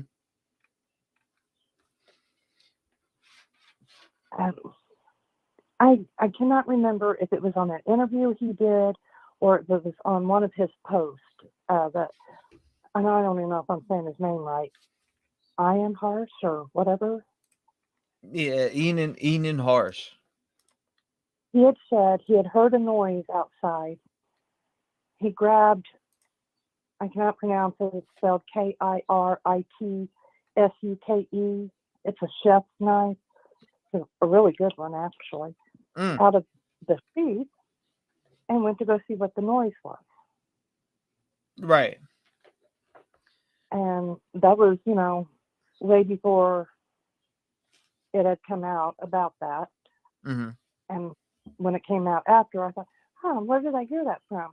And it was from him. I just can't remember if it was off of a post that he had put on Facebook, Reddit, or whatever, or if it was in one of that interview he did.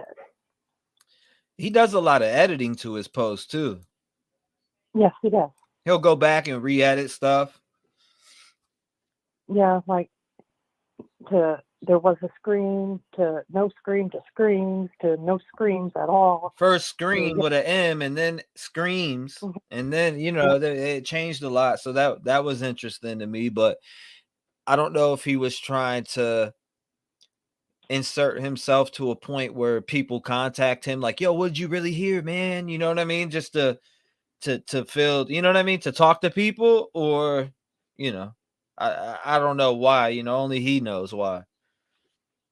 With leaving his name out of it, well, hypothetically, allegedly, let's say he was Brian Koberger's drug dealer, allegedly. Mm-hmm.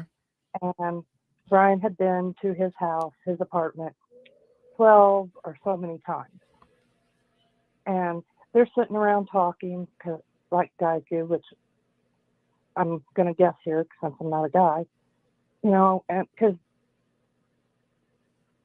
Ian, whatever his name is, his apartment was angled at the direction you could literally see the back of 1122 King Road, that house, where you could see into Kaylee and Maddie's bedroom windows.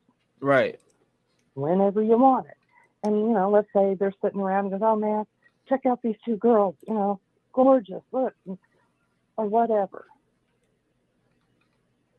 The thing, do you remember the post I'm hiding out in Shithole, PA? Yes, I do. That was on 4chan, correct?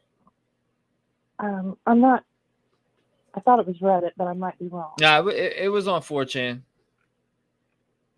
I remember that one very well because it got sent to me multiple times. Now, allegedly, if Mr. Harsh is a drug dealer, before he's going out of town, it's not too far a stretch to say, hey, to go by or call and go, hey man, you know, don't freak out, don't panic. You know, I got to go visit my parents. I'll be back. You know, they're in Pennsylvania. And then Pennsylvania comes up. And again, that might be reaching. I don't think so. Because when he did that interview, he's talking about all these, you know, fancy cars out of state. Right. Out of state license plates, blah, blah, blah. Then he says, oh, yeah, and a light launcher. Yeah. That struck me. I was like, how do you go from really expensive cars, you know, to a light launcher? I personally think that, just my opinion, have no proof. I think the sheath is his. So you think the sheath is Enan Harsh, allegedly? Yeah. Allegedly, yeah. And would you have Brian's DNA on that sheet?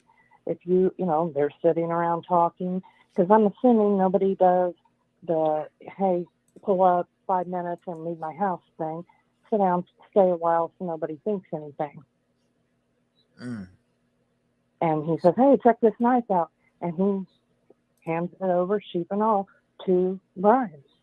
Yeah, his DNA would be right there. Yeah, you got a point. I don't, but Enan's DNA wouldn't be on that sheet. Not if you wiped it down, so to say. Because everybody's on, you know, I would joke around with my kids and say, you know, don't leave your DNA anywhere, don't spit, you know, blah, blah, blah, blah, blah, blah. For any reason. It can be used against you and it can be used to help you. But you just don't leave your DNA anywhere. If he wiped it down thinking, okay, there's no fingerprints on this. I got gloves on. Because there's a picture of him with a pair of those black gloves on that was taken out of Brian's apartment. I wonder what they found in Brian's apartment. Exactly. I know that they dropped certain things, but I wonder if anything that they tested for was from the victims. That's what I want to know.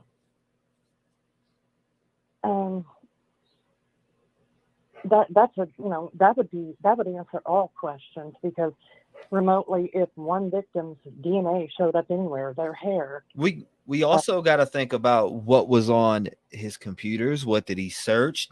Who did he follow? Did he follow them? That'll answer a lot of questions. Well, like I said, the same evidence, and that well could be, yes. But I don't know, but let's just assume Ian Harsh, he followed him on Facebook or whatever on social media at the same time. And he has bushy eyebrows. I just want to throw that out there, which I still, cannot believe is a positive ID that, yes, it's that man because he has bushy eyebrows. What? And you cannot claim any other facial feature but bushy eyebrows. Right. Bushy I mean, eyebrows. how did that But we go? also got to think in the probable cause affidavit, they're not going to release all the information about what they have against him in the probable cause affidavit. They're just going to put out enough to make sure that he is planted in jail. And I don't mean planted as in like, oh, I'm planting this guy in jail, I'm pinning this case on. I mean planted in jail to face the evidence that they have. They made sure they put out just enough to do that. That's how I feel in what I seen from the probable cause affidavit after taking it in and looking at it so many different times. I'm like, they didn't put out everything that they have. They didn't put out all the eyewitness that they have either. I feel like, I think maybe there is another eyewitness, or maybe there's more to it than what they put in the probable cause affidavit. I've had two different attorneys. One, and God rest his soul, my uncle's attorney, who said, I can promise you they put 80 to 85% of what they have against him in that probable cause because they wanted to secure the arrest. Right. And what they have, he said, is very flimsy. And any good defense attorney, he said, will walk in there on June 26th and that will be the end of it. And then to double check and not to question him, God, I hope he's not listening, I called another attorney and asked how much information is put into a probable cause affidavit. And he said 80%. I said, well, what about 85? He goes, maybe, but not likely. He goes, 80% of their evidence is in that probable cause. Now, that does not include like DNA off of, whatever was taken out of his apartment, his car, or anything like that. Mm-hmm. That would back up. That would be,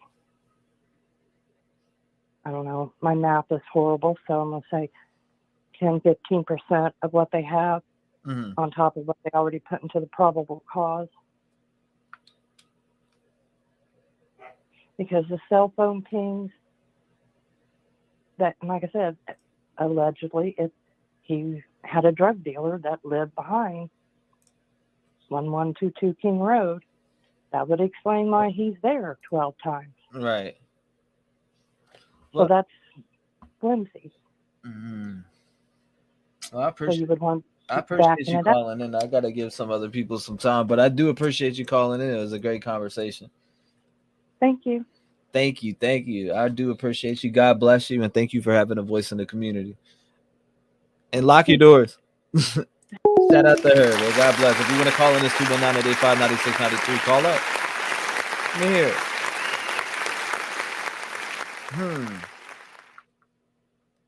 These headphones are straight grade A garbage now. I broke the wire on them. Quinn is friends with Enan Harsh. Could that have meant maybe he bought shit from him or what? Cops watched him clean his... Okay, I had to make sure that was turned on. Who the hell keeps calling this phone? I don't know. A lot of people are like, yeah, there's stuff missing, but they don't have to put everything in that probable cause affidavit. That's a good question for Detective John. Which one? What question? If the affidavit is 80% of their case, that means they have very little circumstantial evidence. I feel like they put very little information in the affidavit. They put enough to secure the arrest and keep him in jail to go to trial.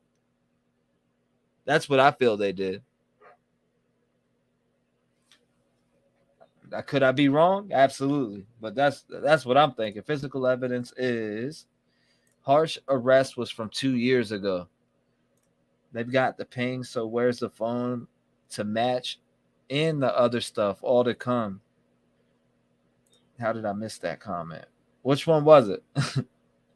What up, OTC? Welcome. Everybody who just came in, make sure you smash the like button. Make sure you subscribe if you're new here. It's free 99. Annie from 10 to Life reported he wants to represent himself. Is this true? Can anybody confirm? That's interesting. I might have to go check that video out. Where did you see that at? Is that a video on right now? Where was that at? I didn't hear about that.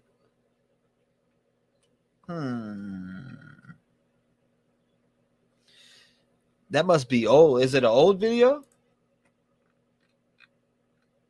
Was that an old video that you seen? Sam Panther, wonder if it looked at anyone else. Just seems like they were pressured to get the job done. Hope they have scanned everything. Right. Who gave the cops BK's name? The security guard at WSU, from my understanding.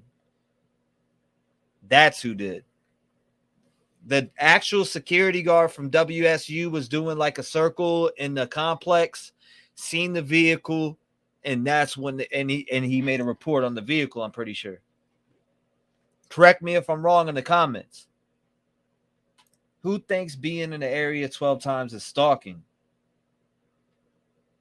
Being in the area 12 times, now what kind of stores are there? Which exact area? Pinpoint the area. Is it just a road that travels into a town, or is it a road that travels into the neighborhood?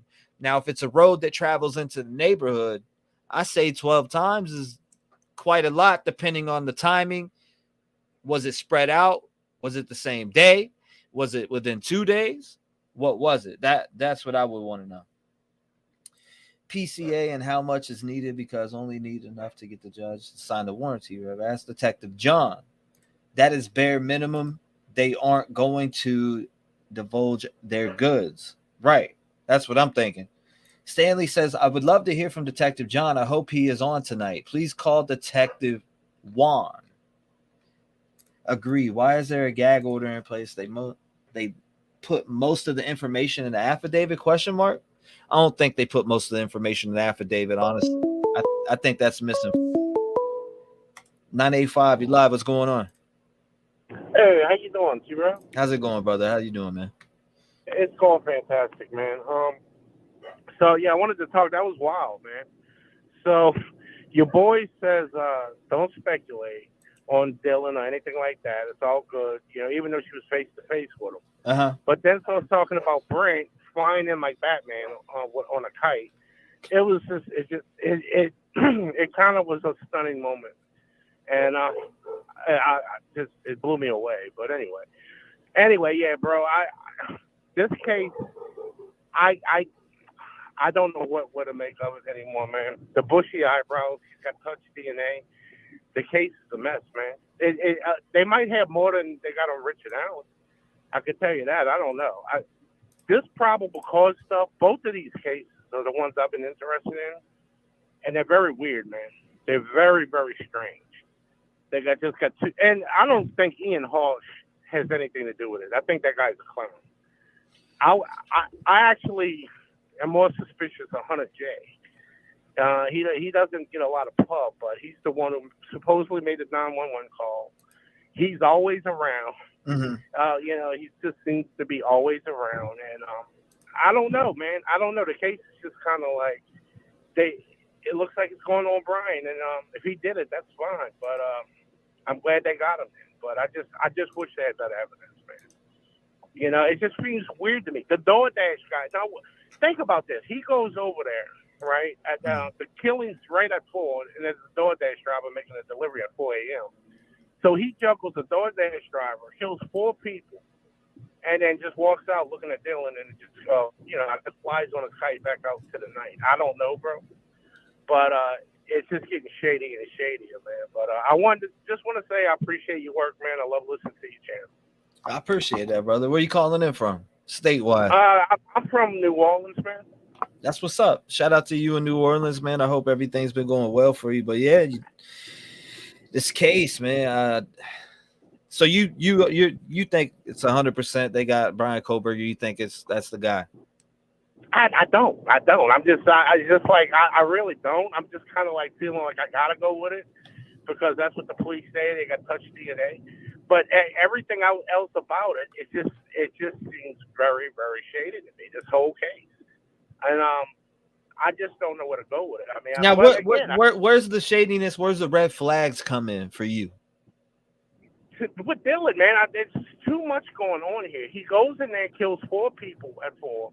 He leaves 2, people alive, and Dylan sees him and says he has bushy eyes, and all of a sudden, and he's wearing a mask, and all of a sudden, he must be the only person in Idaho, I guess, with bushy eyes. I don't know. I think it's just the shadiness comes in with all of it. I mean, it's just I don't know how he pulled this off, man. He goes into a house with 5 cars parked. All right, 5 cars. So. And then they got a DoorDash driver at 4. So, and then he manages to go in there, kill 4 people, grown adults, and then just escapes in the sunset. And then they get him in Pennsylvania or whatever. I don't know, man. It's just a lot of shadiness involved, man. But I wanted to say this too, real quick to you. I'm not about to let you go. I don't know what happened with your girl from the other channel. So I just want to did people attack her or something? What's going on? I mean, I know. You're talking about. She kind of pissed me off by her attitude towards you. I feel like unscribed. No. This is the thing. Some dude called in, and I talked to him on Twitter, or whatever. He hit me up, and he was talking about just I don't know, taking her down or whatever. That's I don't know. He called and talked about he was taking her down. I was like, do your thing. I don't know nothing about that. You know what I'm saying? But then people in chat were talking smack on her too. But I can't tell people what to think. No. Or, you know what I mean? Like I can't control what people are talking about. No, you can't police everybody, man. You got your station. You said it perfectly. She's got hers. You heard people talking shit about you on her station. It's just do your channels, I mean, she can't expect you to be like, the police on policing everybody and what they say. I totally get it now. At least I understand the context. But man, we love your work, bro, and I'm glad you're feeling better, man. God bless you, brother. I appreciate you calling in. Stay safe out there. Sounds like you're on the road, man. Keep your eyes on the road.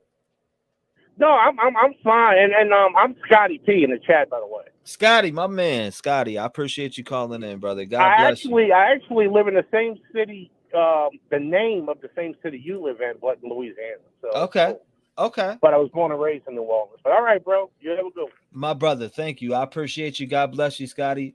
Much love to you, man. All right, you too, brother. Stay up and stay safe. Shout out to him. And if you want to call in, 219-885-9692. Make sure you call in. She don't go lock and slide door when he left. Huh? Where's that? Where'd that come from? Brian is a germ guy. Why wouldn't he wear gloves? That don't make sense. W agree. Hold on, let me make sure. All right, there we go. All right, do not disturb is turned off, so you should be able to get through. I seen somebody call like just before I hung out with him. We debunked him too. Not knowing if there's a shotgun or mace, there's no way. At minimum, DM should get some negligence charges. That's my opinion. It's just right. Negligence for not calling the police? Is that what you mean? What you doing, puppy? What you doing, boy? Huh? Come on. Come on. Go ahead. All right, I'm back. Let me see. I definitely can't dictate what people say in my chat. Eno Harsh was arrested a few years ago for assaulting his mother. Damn! That's crazy. It's hard to wrap our heads around this what? It's hard to wrap our heads around how this happened. Okay, but it happened, and right now he is the only person in custody. We will know more due in time. In due time. Due in time. in due time, same shit. I'll laugh my ass off. Wasn't she the one who did that long ass interview with that crazy Justin guy? Oh yeah. That Justin guy. Here we go about that Justin guy. Does anyone on PC show the T-REV started streaming 79 seconds ago, or am I in the Matrix? You're in the Matrix, man. You're in the Matrix, my boy.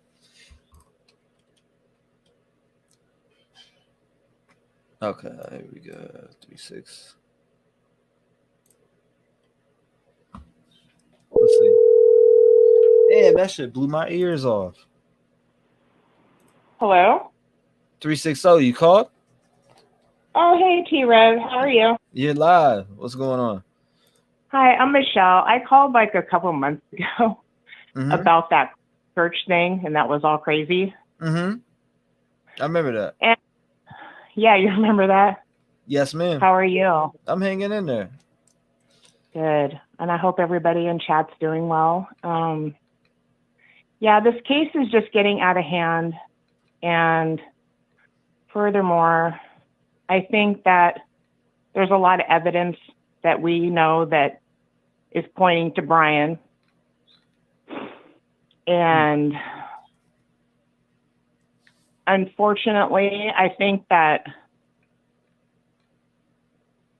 I think he had some help just from the report that he did. You know, that report that he posted, the study. I think that's where he got his ideas, and I think that's where he may have gotten help if they're suspects. But there's got to be some tie in Moscow. Like, there's got to be people that he knew, somebody he was talking to. People know something. Somebody in that town knows something. And, you know, the police have all the evidence they need, I think. Right. And I really think that we should kind of leave it to that. I saw a really good report on a Seattle, I think it's King News or something like that. They did a really good, like, expose on the Idaho 4 case and just really left it to all the facts. And I think that that was really important. And to honor the victims and to, you know, to bring more light to the case. I kind of got caught back up in the case again, and it's really at this point unhealthy, you know, with all that's going on online. And I don't think anybody should be bashing anybody. Exactly. Yeah. Everybody's digging at each other. Yeah, all this online bullying, and we're, you know, we all have a heart. We all want to help try to come to some sort of conclusion. But the thing is that our ideas really mean nothing when it comes to, we have to look at evidence. Even trying to analyze his behavior is, at this point, we don't know him. That's true.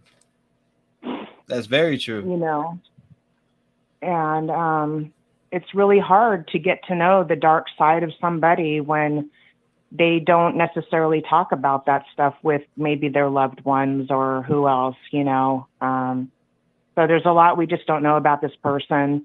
There's a lot we may not know about additional suspects that the police may have that they're just not letting out.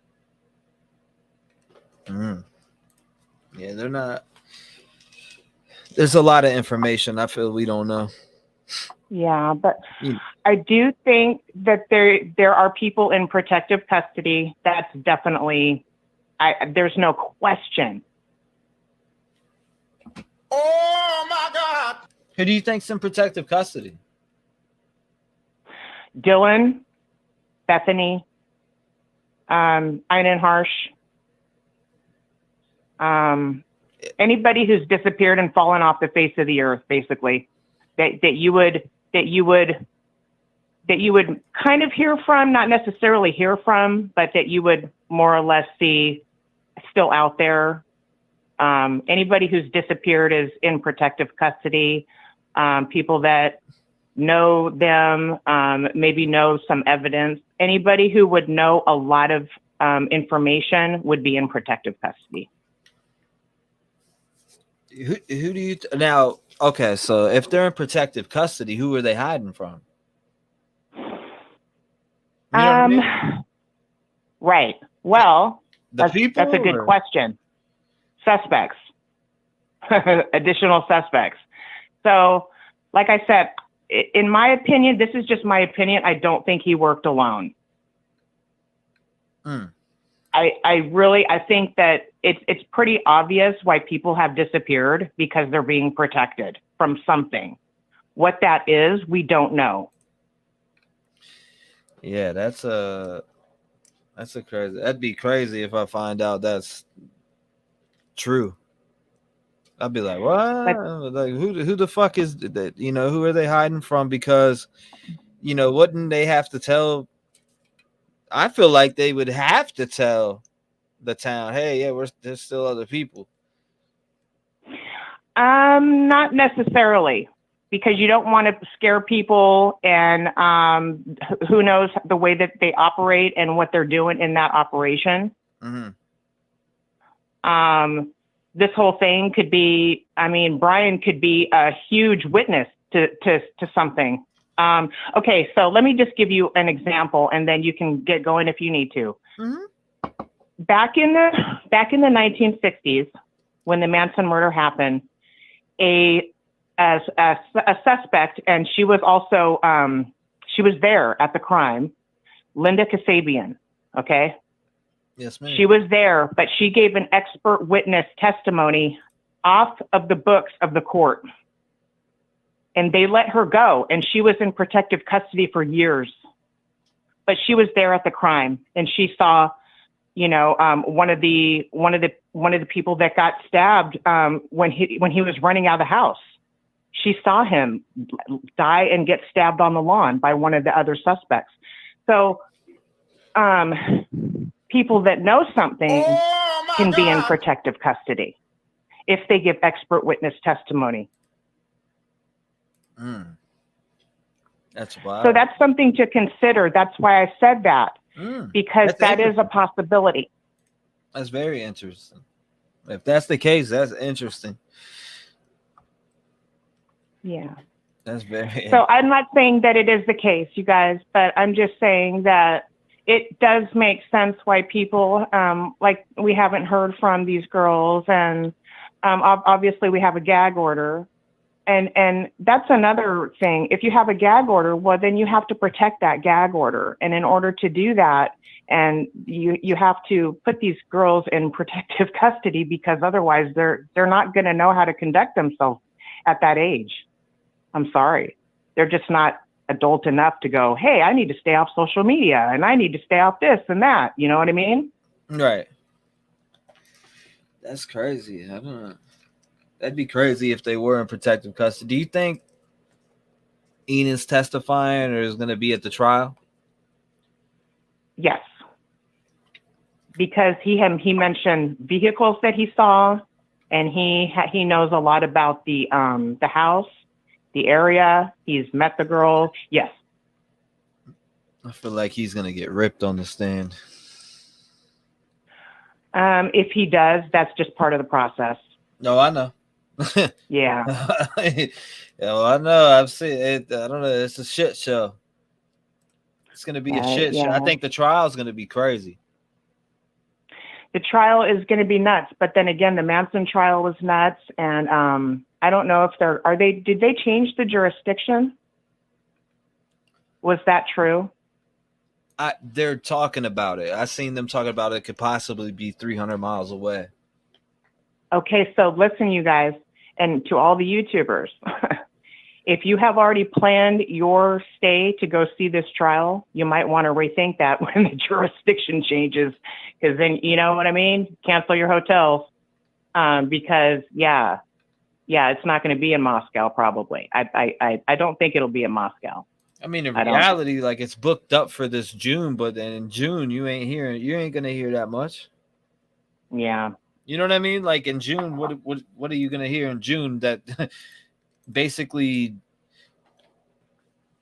he's going to give his plea, and then you're going to hear when the next court date is, which will probably a year out. Oh yeah, he's going to plead not guilty, so we're going to hear that, and then we're going to hear another year. Within another year, we're going to have to wait a whole another. I'm talking 12 months plus, maybe. I'm 2.5 years from the start that he got arrested. I feel like that. I mean, I've seen shit go that long. Right. AJ Armstrong didn't go to his first trial until like 3 years in for killing his parents. Yeah. And he's still going through that. He's going through his third trial right now. Yeah. So, Yeah. In the meantime, we have a lot of cases that are out there that are, I mean, there have been stabbings and like quadruple homicides left and right, you guys. It's crazy. There was one in, New Jersey the other day. There was one in Texas the other day. You know, people just going crazy and killing their whole family and then killing themselves. Or I'm just like, what in the hell is going on? Right. So we got a lot of cases, but what my opinion is, gosh, you know, can we focus on our community where we're at and like figure out what the fuck is going on? Excuse my language. But something is up. Yes. People are going whack. Something is most definitely up. I'll tell you that much. You got to write some rap songs about it, yo. Oh yeah, nah. This will definitely be one for the books. That'd be a good cosm of lyric writing to get into for sure. But really, that's really all my opinionated but has to say today to you and everybody. Like, just, you know, take it easy and be careful what you listen to. I'm even learning that lesson myself, you guys. I'm guilty. Yes. But I appreciate your time. Well, thank you. I appreciate you calling in, and God bless you. This is Shelly Art, right? Yeah, well, this is Michelle Art. Okay. My name is Michelle. I live in Washington State. I just got admitted to WSU myself, so I'll be going there pretty soon. Washington State University, but I'll be going there in Vancouver. Well, congratulations. Thank you. Congratulations, and I hope that you succeed in everything that you're going there for. Thank you. I appreciate you. Yeah, digital media and technology culture. That's what's up. Yes, ma'am. Absolutely. God bless you, and I hope I hear from you again soon. Yeah, no doubt. I'm still listening to you, and thank you so much. And you're don't even worry about what anybody says about you. We all have a right to be doing what we do. Exactly. And doing what we want. Right. Okay. Ain't no doubt about that. Thank you. What do you want me to call Michelle. you? Shelly? Michelle? Okay, Michelle. Yeah, you can call me Shelly. That's fine. My grandparents used to call me that. Okay. Shelly. I got you. Thank you for calling in. God bless you. I hope I hear from you again. Thank you. You take care now. God bless you too. Thank you. Shout out to her. Man. Lock your windows and doors and everything. Your car door. Bruce Willis is alive. I just looked that up while I was talking. I seen people saying R.I.P. Bruce Willis. Bruce Willis is not dead. What if called the police? She could have saved a couple of those. Maybe Maddie. Hold up.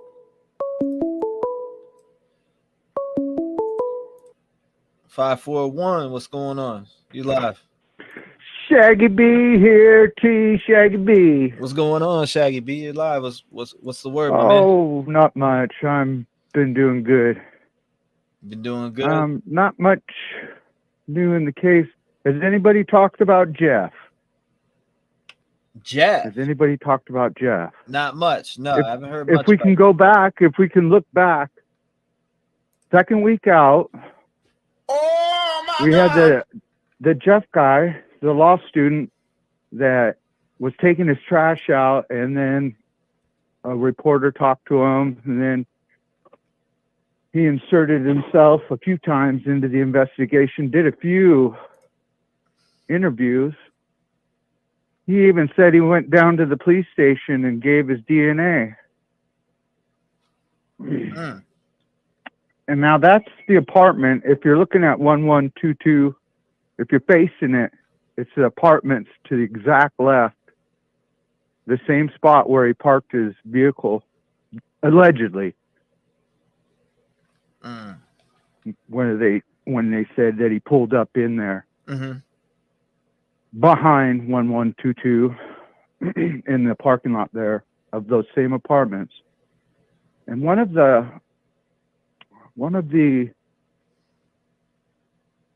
interviews that he gave was the first one, I believe. He said that there was no video or no cameras on the front of the building, which he was right about that. But the apartments next to those ones is where the camera caught the Elantra doing the 3-point turns and coming back to 1122.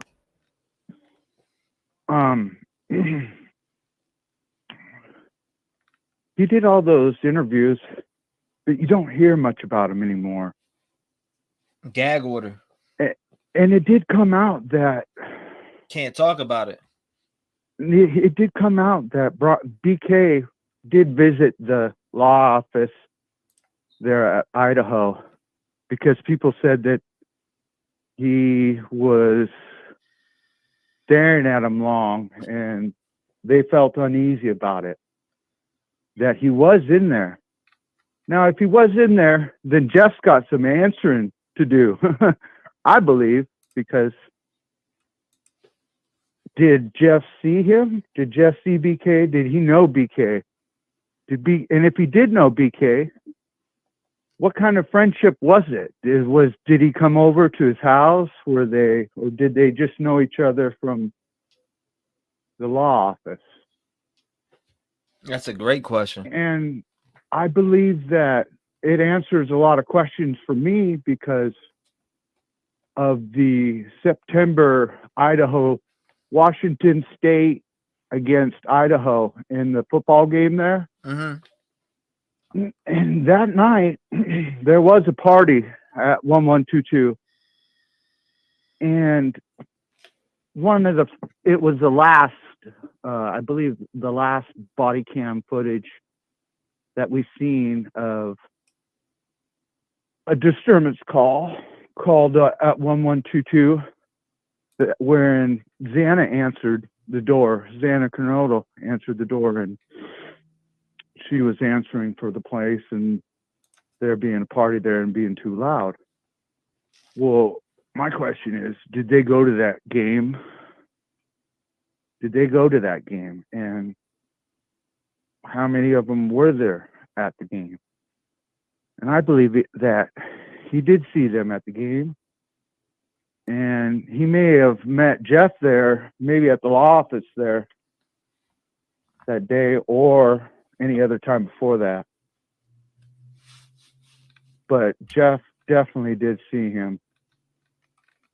And BK did definitely see him, whether they met or know each other, who knows? And that does answer, that could be the state's lead witness, the ones that everybody's talking about that, I didn't want to give it away, but I have questions. And it's the Jeff guy. You just don't hear anything about him anymore. Just see, absolutely. That's my time. That's my time. Oh my God! Here we go. Yes, sir. You're doing great work. Thank you so much for taking my call. You're welcome, man. God bless you. Thank you. I appreciate you calling in, Shaggy B. Thank you, my man. Yes, sir. God bless you, brother.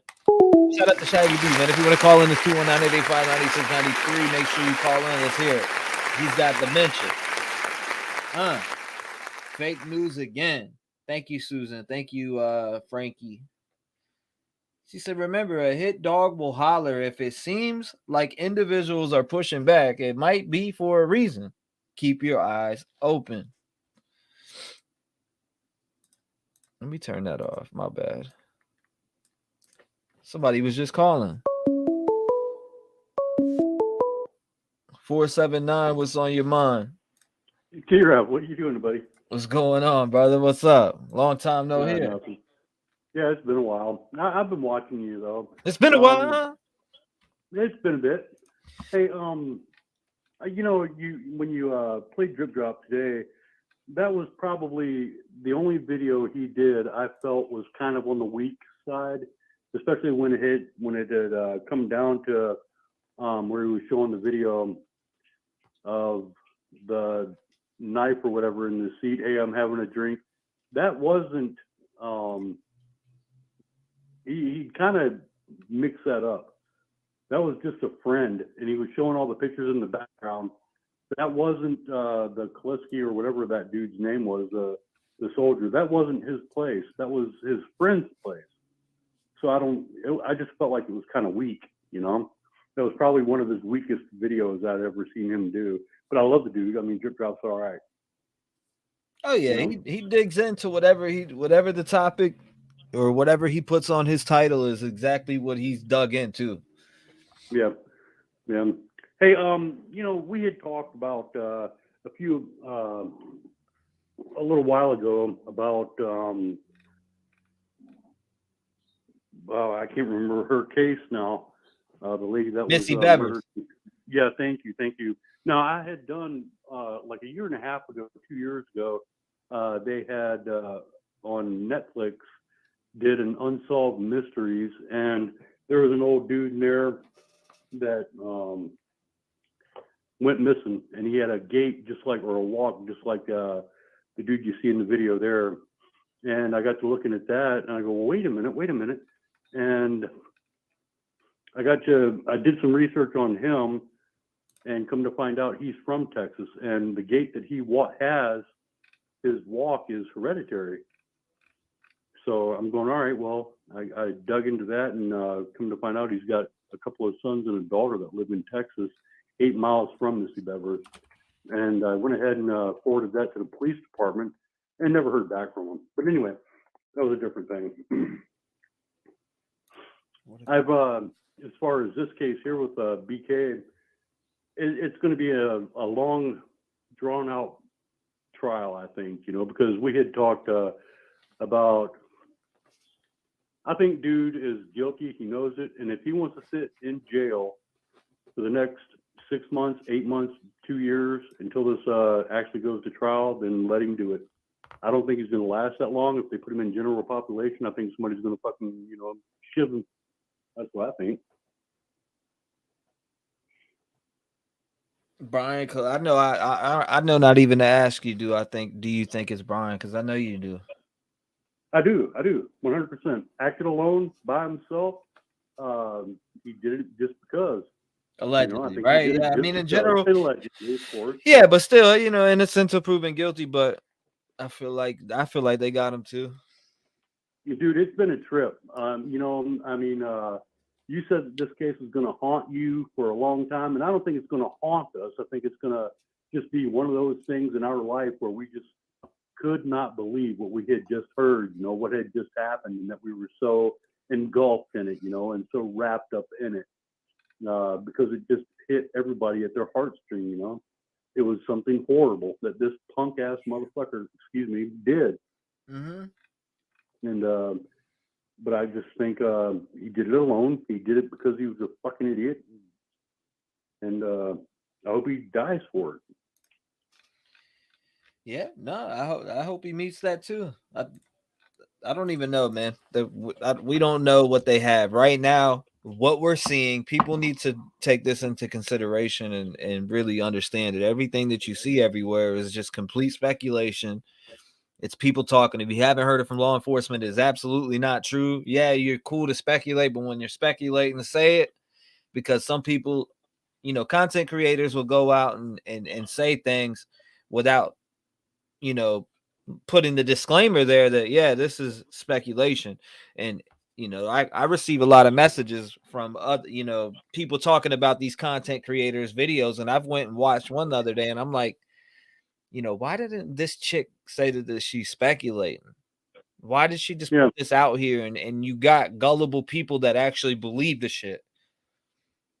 I mean, it's a great story. Without a doubt, it's a great story. You know, it's one of the biggest stories of, and it probably will be one of the biggest stories for years to come. But following you through this whole thing, at no time, T-REV, have you ever, that motherfucker right there. Yeah, that's the motherfucker that did it right there. You always said allegedly, or hey man, I don't know about this shit.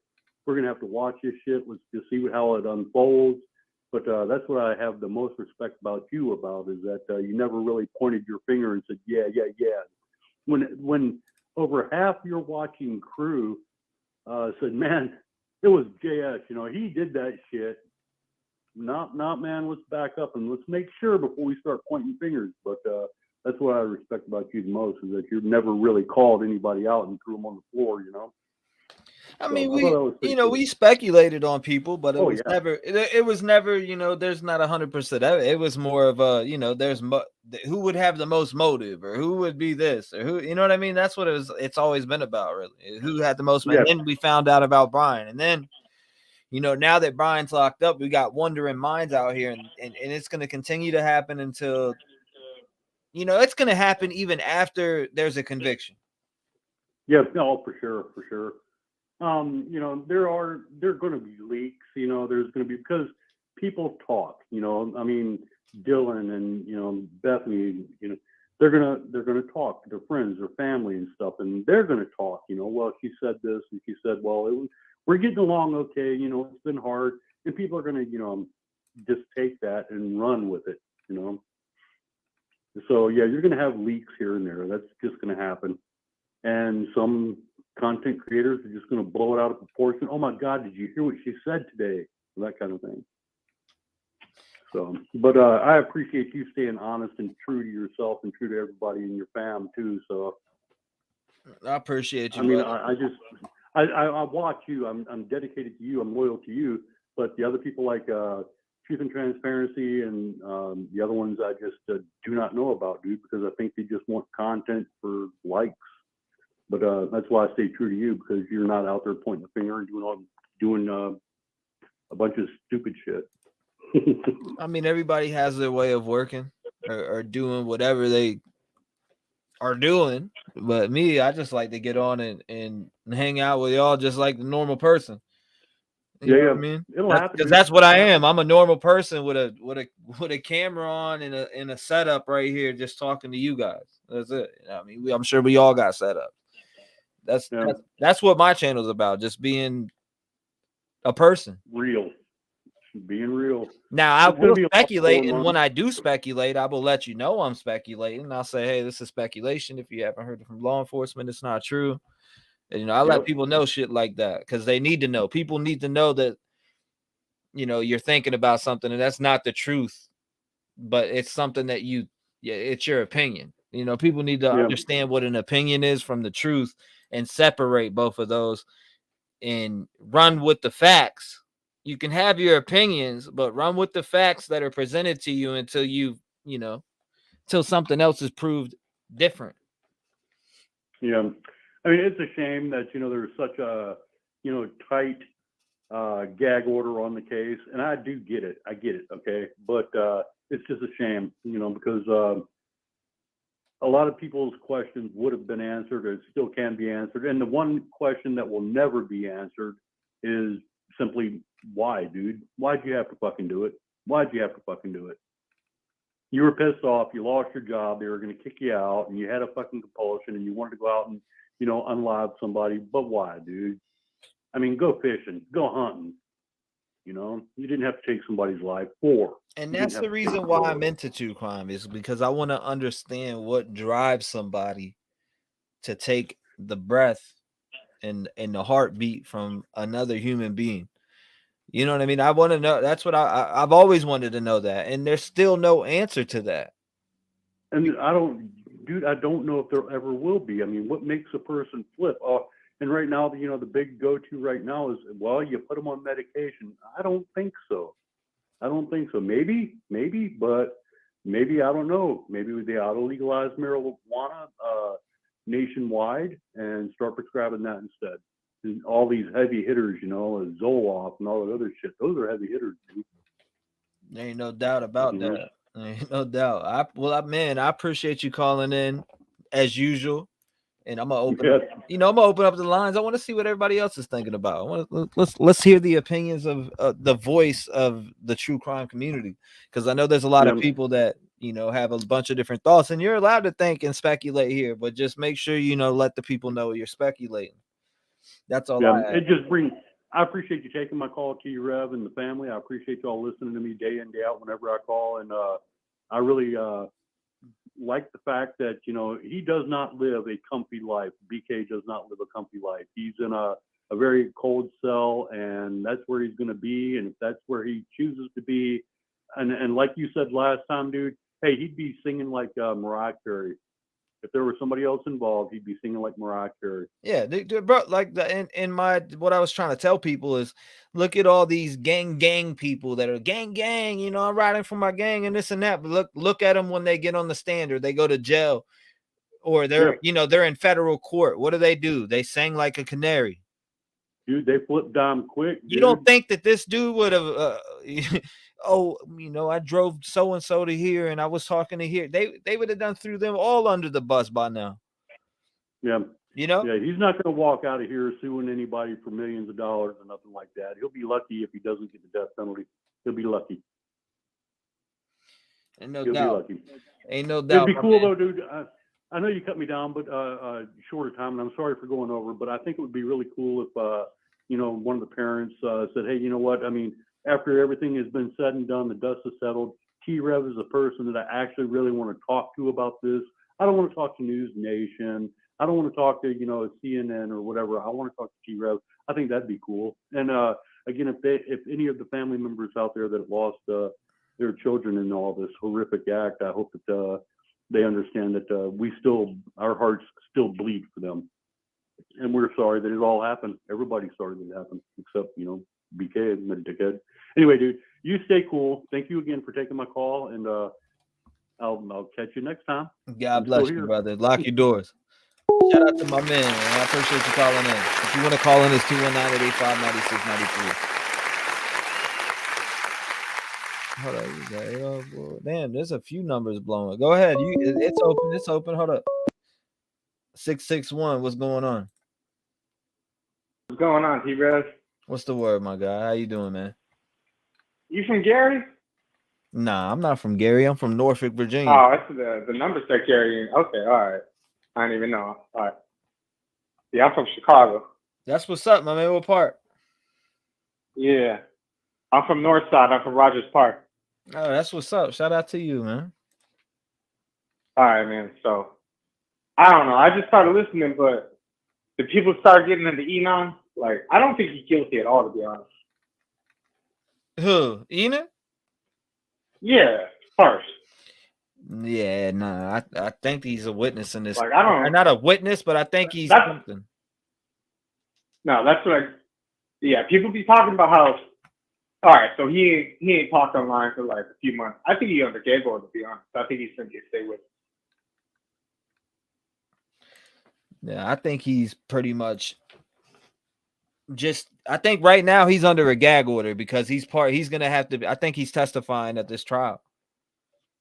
Yeah. That he heard screams, but there's going to be some problems with his testimony, in my opinion. The change shit. The dude's a nutcase. The change shit on Facebook, how he changed screams and like all that's going to be used, all that shit. Now, like I saw, you watch Lana's video the other night. Who is it? Truth and Transparency. Which one? Lana. Well, she was showing when Enon got pulled over. Yeah, what, in 2018? Enon Harsh. Yeah, bro, like, you don't look like a murderer. Like, you don't seem like I mean, you never know, but, like, you don't look like a murderer. He just looked like a stoner. Wasn't it? I don't know. Somebody said it was 2018. I didn't really see it. I didn't even see it. Yeah, nah, bro looked funny. Like, he had long ass hair. Like, bro, I don't know. That's just my opinion on that. I do think there is an accomplice. That's what I do think. I will say that. I don't. You just don't think if there was an accomplice that homie that dude would have snitched already? Enon No, I mean or Brian. Koberger? Well, he might have already. I mean, look at, we're not getting anything from the prosecution, so why would we get anything from the defense before trial? See, the thing is, though, is like if there was somebody else involved, I really do feel like dude would have, like I said, somebody else would have been arrested, and they would have had to report on it. They would have had to say another arrest made in the Idaho 4 case. Yeah, that's true. It just is, man. That's. I mean, he might be holding on to that though, because assume the prosecute, like what they have on Koberger right now, right? Like touch DNA. From everything I've heard, that really doesn't equate to anything, right? Yeah, but they're not unfolding their hand though. That's what we all think they have. Well, that's exactly what I'm saying. The prosecution probably has a smoking gun against this guy. Like they have way more than they're telling. I'll tell you what. So why wouldn't Koberger could hold back what he has too? Like he might bring out something if you don't get the plea deal he wants, or if they bring out all this evidence they got against him that you don't know about, then he might get to talking. That's all I'm saying. You just said exactly what I've been talking about. I'm like, man, I wonder if he tried to use a knife as a pawn to get off the death penalty and shit like that. For real. But no, I think he tried to. It's either he was framed or he tried to frame someone else, and he fucked up. But I know there was someone else involved. I know exactly the moment he said, and everybody said this, that, when he said that, has anybody else been arrested? They said, he's just trying to throw police off. He ain't that stupid, bro. You don't go through 8 years of a PhD. You don't get a master's in criminology and be that stupid to say something like that. Yeah, Ted Bundy, everybody says he was a genius or whatever. Fuck all that shit, bro. I really think someone else is involved. So you think maybe he recruited somebody or had somebody else, but he's I don't know if he recruited somebody. I just think he had an accomplice with him. I'm just saying, I don't think one person could have pulled that all off. Based off like his questionnaire or whatever, that fucking survey that he had. That was just that was weird. That was weird. But like I said, I feel and this is what I really feel. I feel like when all the evidence is presented, I think a lot of our minds are gonna be like, holy fuck. Oh no, this could be the trial of the century, like for real. I feel like this is one of the I'm not even really into true crime at all. And this is one of the craziest cases I've ever heard of. There's so much weird shit surrounding this, from Dylan to everything that went down that night, to cell phone pings, like everything there's something that just don't add up. Like there's something fishy about everything. I'll tell you, you know what I'm saying? You get that feeling. I'll tell you what don't add up. If I'm innocent, when I walk in that fucking courtroom or when I'm in cuffs, I'm flipping the fuck out. I'm screaming, I'm yelling, I'm snapping. Oh my God. If you come and arrest me for a crime that I didn't commit, I am snapping the fuck off. T-REV, you just said it exactly how I feel. If I was not guilty of a crime, especially a crime of killing four young students, I'm freaking the fuck out in the courtroom.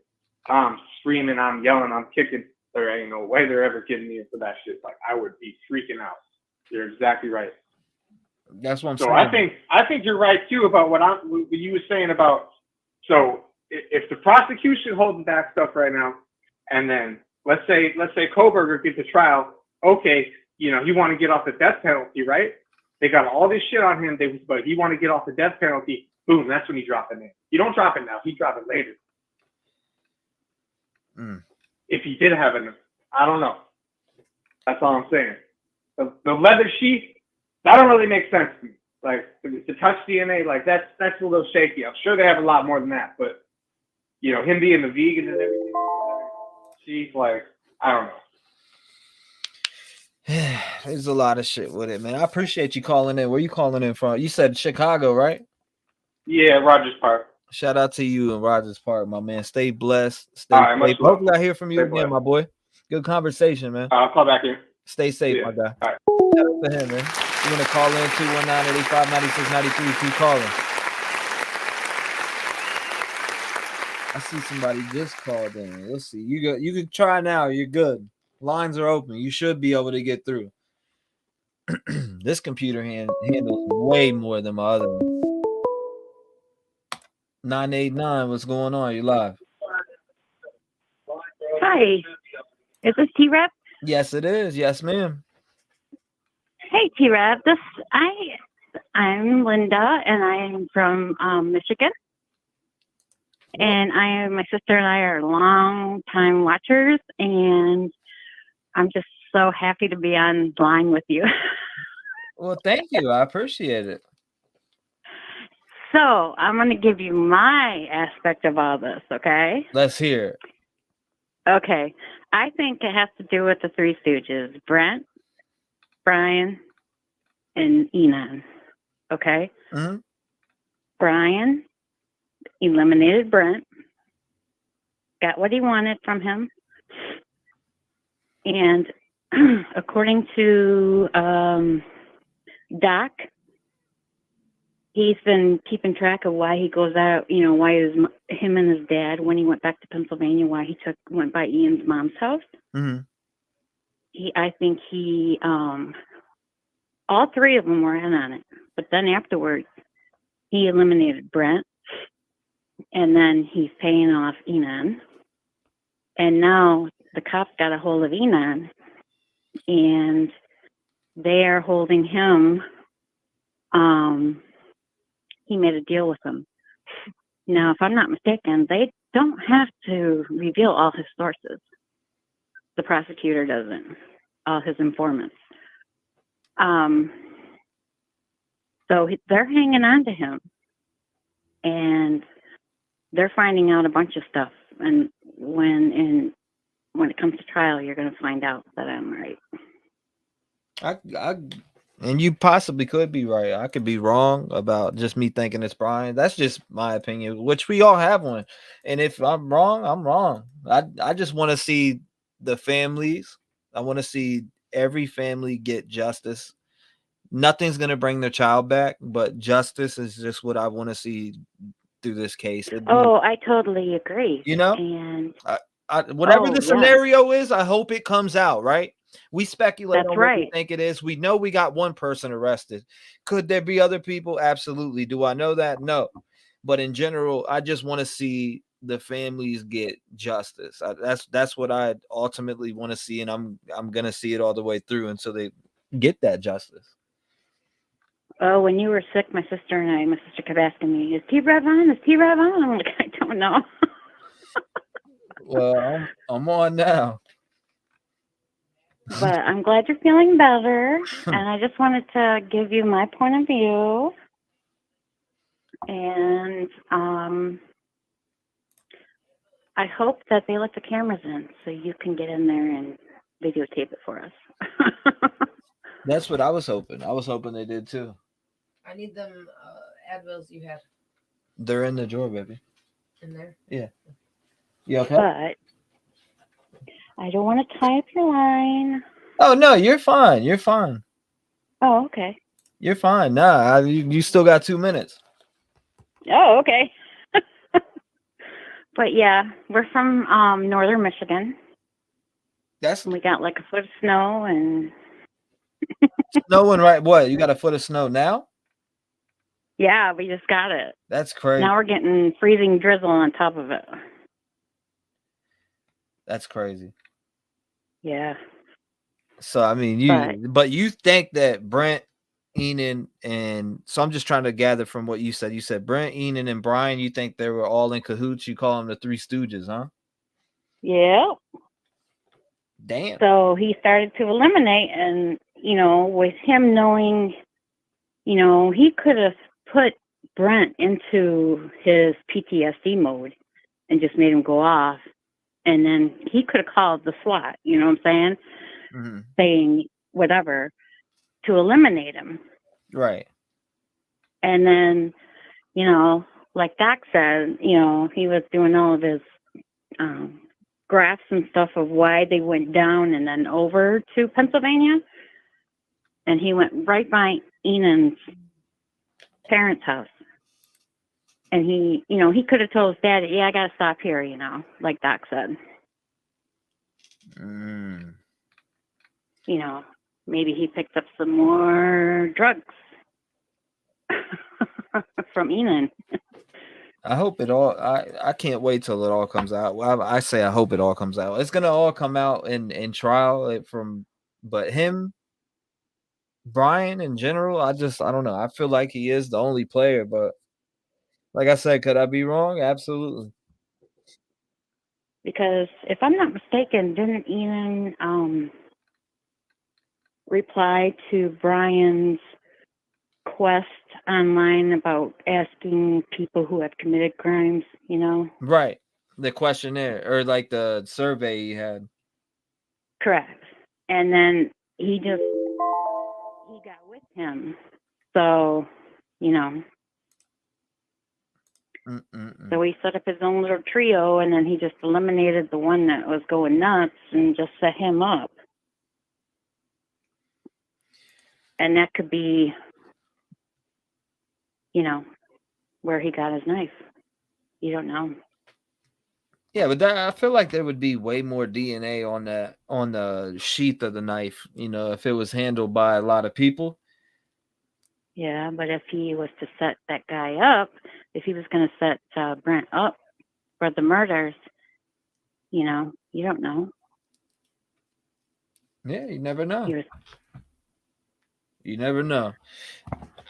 I just don't. I feel like there would be Gary a lot. and I just love your show, and we look forward to the next time you're on. Thank you. I appreciate you calling in. God bless you, and make sure you lock your doors. Oh, definitely. Thank you, man. Shout out to her, man. You want to call in 219-885-9693. I personally don't think that. Like I said, I feel like it's just BK. I feel like it's just BK, but hey, man, you know, a lot of people do think there's other players. But I feel like if there's other players, we're out here talking about these other players, right? But why is nobody else arrested? Why isn't anyone else arrested? You know what I mean? Like we gotta go off facts. Facts is we got one guy arrested, and the internet's chattering about this guy, you know, a bunch of different people, and nobody else is arrested but Brian. So we gotta go based off that, right? What's up, Donna? You're live.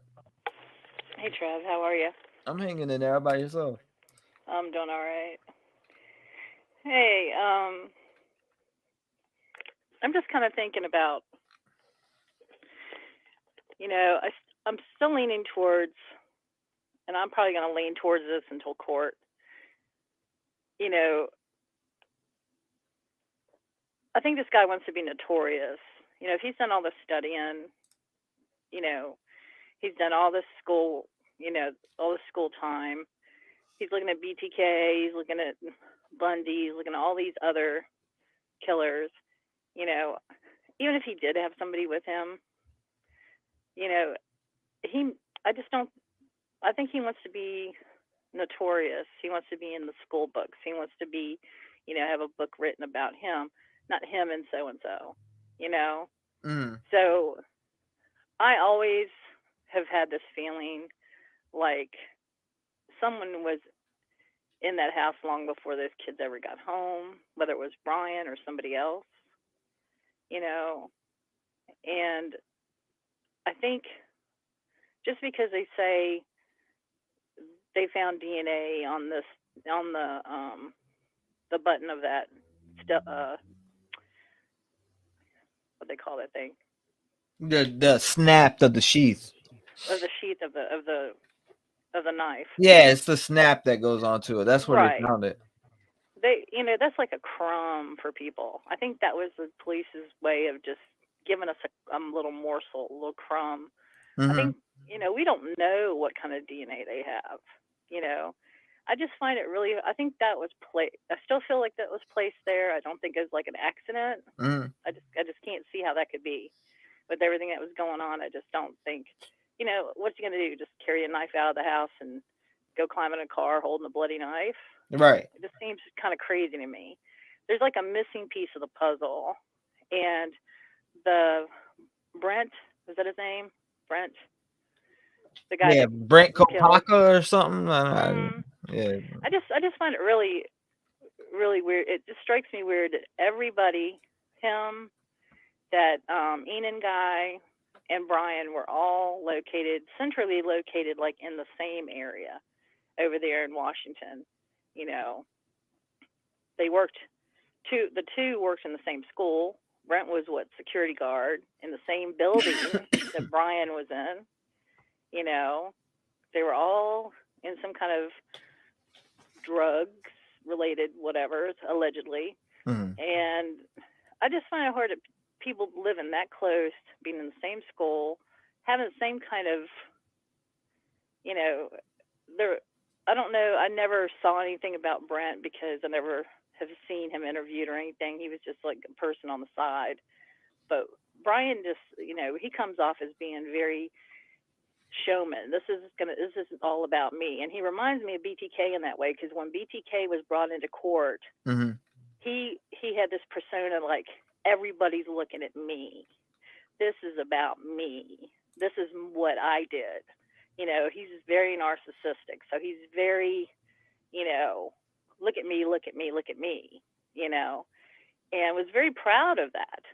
And I think, you know, maybe Brian has a similar personality to that.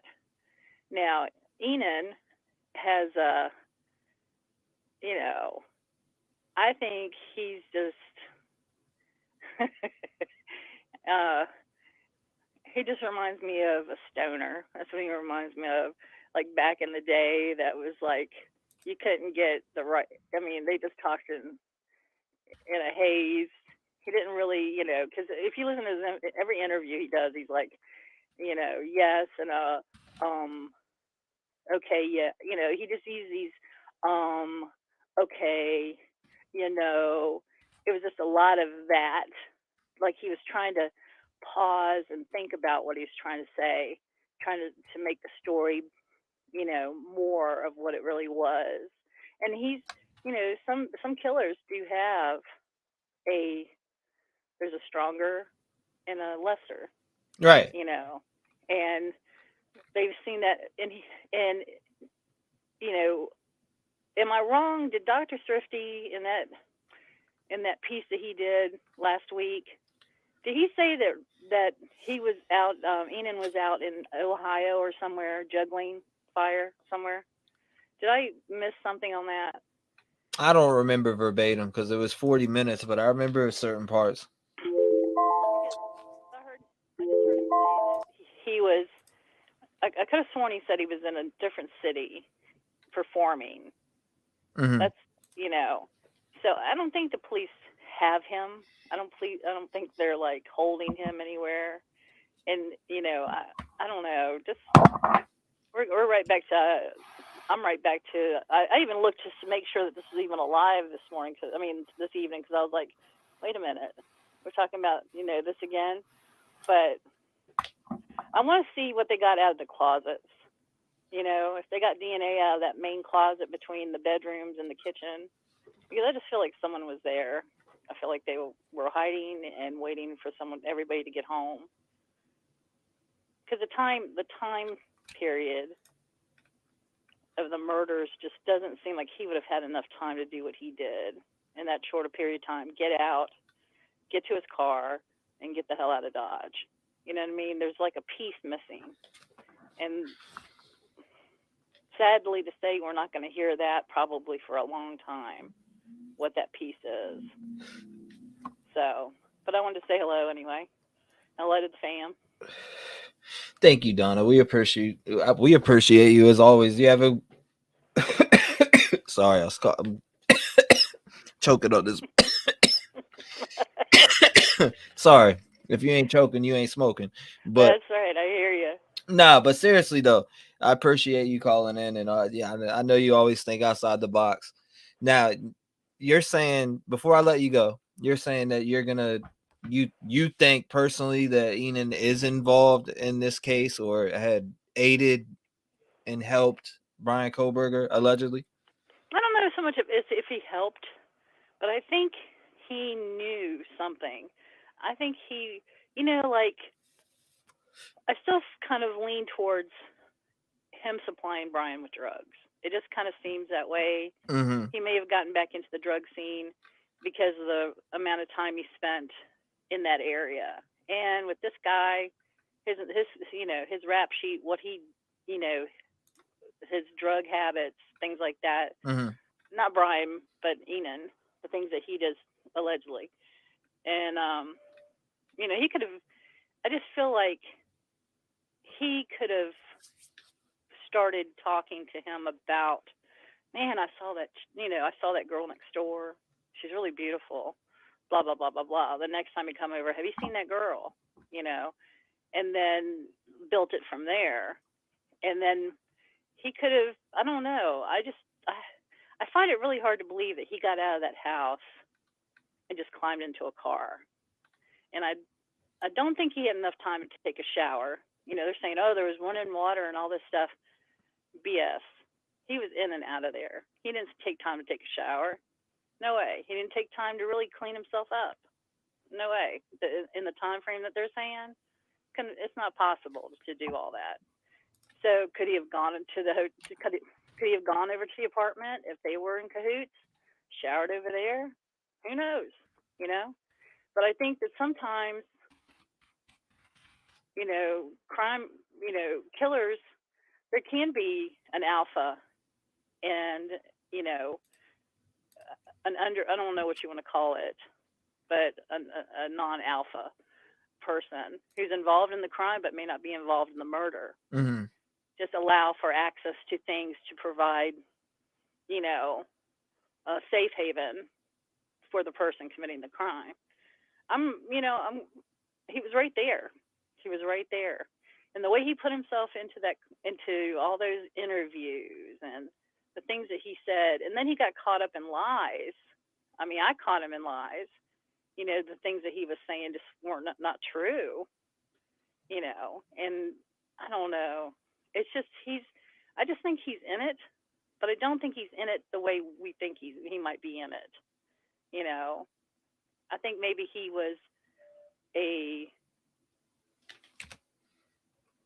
contact, a point of contact, of some way. I don't know. That's all I got. That's all I can really think of. No, it's fine, Donna. Speculation, like you said, it's all speculation. I could do this until I'm blue in the face because we don't know, and we won't know for a long time, But if you go over the tapes again, go over the interviews again, Oh, I got a big ass file full of Idaho 4 stuff that I created. Sometimes the first time you see it, you don't grasp certain things because you're so into it. Like when we get into these lives, people are talking, a lot of stuff's going on. Then when you go back and listen, and you actually listen to interviews and listen to what they say, you pick up on things that you didn't hear the first time and thought, damn, when did he say that? I don't know. I think he's involved, but I don't think killing wise, I don't think so. Yeah. But I don't know. Who knows? It's interesting, but yeah, it's definitely interesting. And somebody just in chat said Brian Koberger's representing himself, but where's the evidence of that? I need proof. It's funny. I Googled it. I can't find shit on it. That's the second time I've heard that today, and I don't believe that will happen. I don't believe that will happen. I mean, he's arrogant enough to do it. Yes, I do believe he is. But, he might as well just take the shovel and put himself under the jail. He's so focused on, I'm going to be exonerated. I can't wait till I get exonerated. God forbid. If this guy is the guy that killed these kids, God forbid that he's exonerated from anything. But, if he goes and he is guilty and he goes and tries himself, becomes his own attorney, I feel for those families. Are people really putting content out there saying that Brian's representing himself? Where are they getting this fucking information from, man? No hate on any other creator, but where are people getting this fucking information from? Is it from www. I'm looking for content.com. Where the fuck is it coming from? I mean, that shit, I just don't understand it. I get real sitting down and looking up factual stuff about different people surrounding the case, but to come out as far and put a video out saying, Brian Kohlberg I don't was know if I saw it representing on Twitter himself. today. I don't know if it was Twitter, or some. I'm not sure where I saw it, but I did read it that there was rumors going around that he was going to represent himself.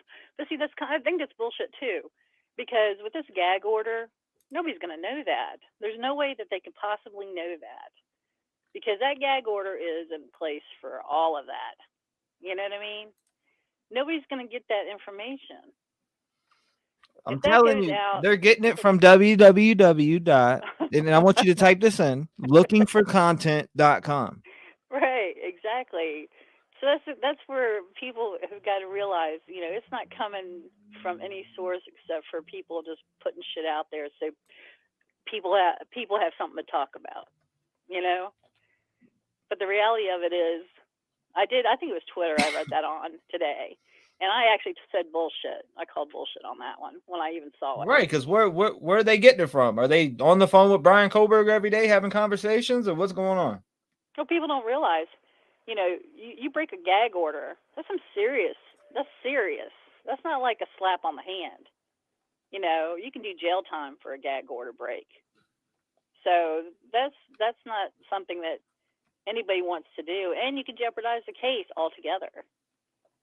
So anybody who's close to this, who is vested in this, is not going to share any of that, because they're not going to take a chance on losing this case to a technicality. That's why they were so afraid of that prosecutor, that public defender. That's why they were so afraid of that conflict of interest, because they don't want him later on coming down the road saying, well, look, she's represented so and so and so and so and so and so and so and so, and I don't feel like I got, I was represented correctly. Right. And that's why that was looked into so much, because they got to make sure there is nothing to conflict with this case. Right. Yeah. Right? They don't want a mistrial. They don't want any of that stuff to come up later down the road. Yeah, there ain't no doubt about that. Well, I appreciate you calling in, Donna. I see some more people calling in. Yeah, I know. I'm gonna get to them. I see more people calling. I appreciate you calling in as usual, and I know I'll hear from you again. God bless you, Donna, and thank you for being a part of the family. We love you. Yeah, I love you guys too. Thank you, Take Donna. care. Shout out to Donna, man. Call in 219-885-9693. Make sure you visit www.lookingforcontent.com. There's some great stuff on there.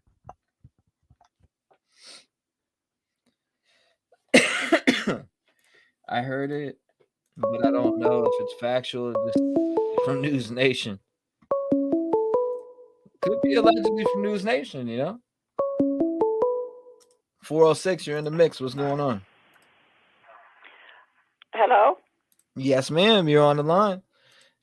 Oh, well, hi. Is this Patty? Pardon? I'm sorry. I thought you sounded familiar. No. I'm Cynthia Hughes from Montana. You sounded so familiar. You sounded so familiar. Welcome. What's on your mind with this case? Like what's going on in There's your a lot head? of things on my mind, but primarily I'm really suspicious of Eden Harsh, and for various reasons. And then today I saw a picture. You showed a picture of Dylan's boyfriend, Quinn. Yes, and ma'am. if that picture is of Quinn, he's the same guy that rode his bike to get Enan Harsh's car on the body cam photo or video that Truth and Transparency showed. Mm-hmm. And he was a friend of Enan Harsh's that came and got his car and drove him back because he was arrested for driving with a suspended license and couldn't drive the car, and the cop was there and everything. So why in the world would he say he's never been to Moscow if he's reported to have lived on Linda Lane, just next door to 1122? But that, and I just don't think they have enough solid evidence against Koberger at this point. Anyway, we don't know what they have, and everything anybody says is speculation because nobody really knows. Yep, you're For right. sure. And I just hope for the truth to come out and for the right person or persons to be convicted, because I know it's so easy for someone to be convicted who isn't guilty, but it just suits the prosecution that they are. I've seen that happen so many times in my career that I just Baby. I'm really suspicious, of the whole court system and so forth. Even though I'm supportive of it, I still am suspicious of it. Yeah, we got to. But that's about. There's people that are wrongly convicted. Oh yeah, I was a chemical dependency counselor for pre-release for state and federal people, and I designed, developed, and implemented my own treatment program for the federal government and was commended on it. And about 15 years later, my ex, it was like 11 years later, no, more like 15, my ex was arrested for drugs, and I hadn't even had anything to do with him for 4 months. And he was arrested and on federal charges, and he had me charged for conspiracy. He said I gave him money to buy drugs, and I didn't have it to give him in the first place, but he said I did, and his girlfriend, who was also his dealer, said I did for the 5K 1.1. It's the federal sentencing guidelines. They got their sentences cut in half, and I was convicted and did a 10-year sentence for something I had nothing to do with. I had no idea he was dealing. I knew he was using, and that's why I left him. But it's a crazy world. Oh my God! It is. It definitely is a crazy world. Yeah, and today I was last year. Well, actually, 2 years now. I was ordained, and I'm living a good, quiet life. But I was tied up with the feds for almost 15 years over him. I'm glad telling a lie. I'm glad you got past all that. Yeah, it wasn't easy, but I did. I really have to say, were it not for God, I would never have made it. So you said you did 10 years in federal? Yeah. A 10-year sentence in federal and then 5 years supervised release. Wow. For something that I didn't do. He and his girlfriend said that I gave him money, but that was to get the 5K 1.1, which states if you give testimony that results in someone's conviction, your sentence can be cut in up to half. And they both had their sentences cut in half. And I was convicted, and the reason I was convicted is I didn't have any information to sell them. I didn't know anything about it. Wow. And I met literally hundreds of women during that time period that were in my same situation, where a loved one or whatever had, said they did something. There was a 74-year-old grandmother in federal prison that I met, and she was in prison for answering taking a phone message for her grandson, and her grandson was selling drugs. So, and she didn't know, but it doesn't matter. You don't have to know. If you do something that furthers a felony, right? A drug felony, you can be convicted of conspiracy. So it's crazy. What are your thoughts exactly on the players in this case? Well, I don't know about Kohlberger. I just don't really know. go back and forth. Some days I think he did it, and other days I'm sure he didn't, and he's being set up by the actual killers. I don't know. I'm very suspicious of Enon Harsh. I think he just told too many lies, and there's too many things that line up, that like his parents' home being on the route that he took. I'm thinking that he could have been Kohlberger's drug dealer, and they were driving around to cop. He thought they were driving around to cop drugs. That would answer to all the pings in the area and stuff for the weeks and months before. And also on the trip home, he said they had to swing by his parents' house to pick up something, and they drove down there to pick it up. I think that could be a possibility, and that he didn't realize what was going on. That's interesting. Yeah, I don't know. See, I just don't know. I think he could be being somebody could be setting him up, somebody that knew him. Like being framed, or? Yeah, that put his DNA on that sheath. Say, hey, look, see my new knife I just got?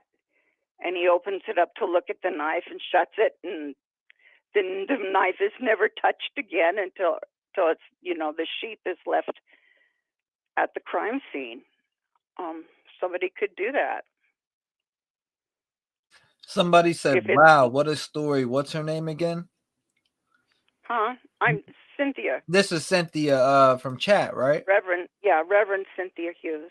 Yes, ma'am. I seen a lot of people were letting people know that was you. That is super unfortunate that you were put in that position to, be wrongly convicted. That sucks, and I'm sorry to hear that.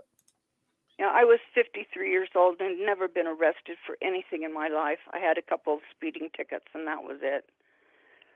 And I was a counselor for state and federal inmates in a pre-release status. Wow. For 8 years prior to it. But anyway, it's neither here nor there. It Right. happens. Right. It happens, and I wasn't the only one. There were hundreds of other women in my same position, and I literally found a personal relationship with Christ while I was in prison. And a lot of people say prison religion, but it wasn't like that at all. I firmly came to know him, and that's what got me through it. And so I can't say I wish it didn't happen because of what I have with him today, if that makes any sense at all. And I'll be 70 next month, so it's none of it's neither here nor there to me. I'm an old woman, but I hate to see the country that I love and the system that I believed in my whole life become what it's become today. Anyway, I'm talking too much. No, you're fine. Your story was interesting. I appreciate you sharing that with us, and also sharing your thoughts and having a voice in the community. I hope you have a wonderful day and night. Lock your doors. God bless you, ma'am. And hopefully hear from you again too. I'll see you in Yes, chat. you will, and God bless you. I'm a member, so you'll hear from me now and again. Yes, ma'am. Thank you so much. I just found it really odd that Quinn was lying about being in Moscow. That doesn't make any sense to me.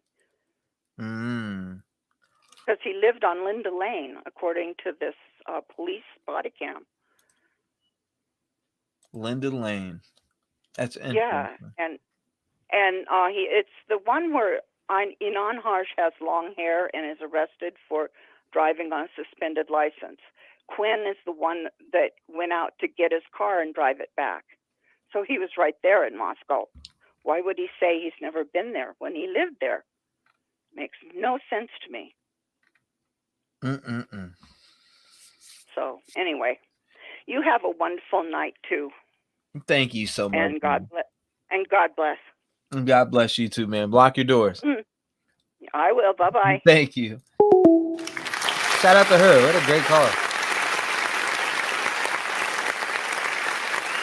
You got 941. 941. Where you at? Step up to the plate. Interesting. Wow. You needed a better lawyer, says Sweet Pickles. Damn. Oh my God.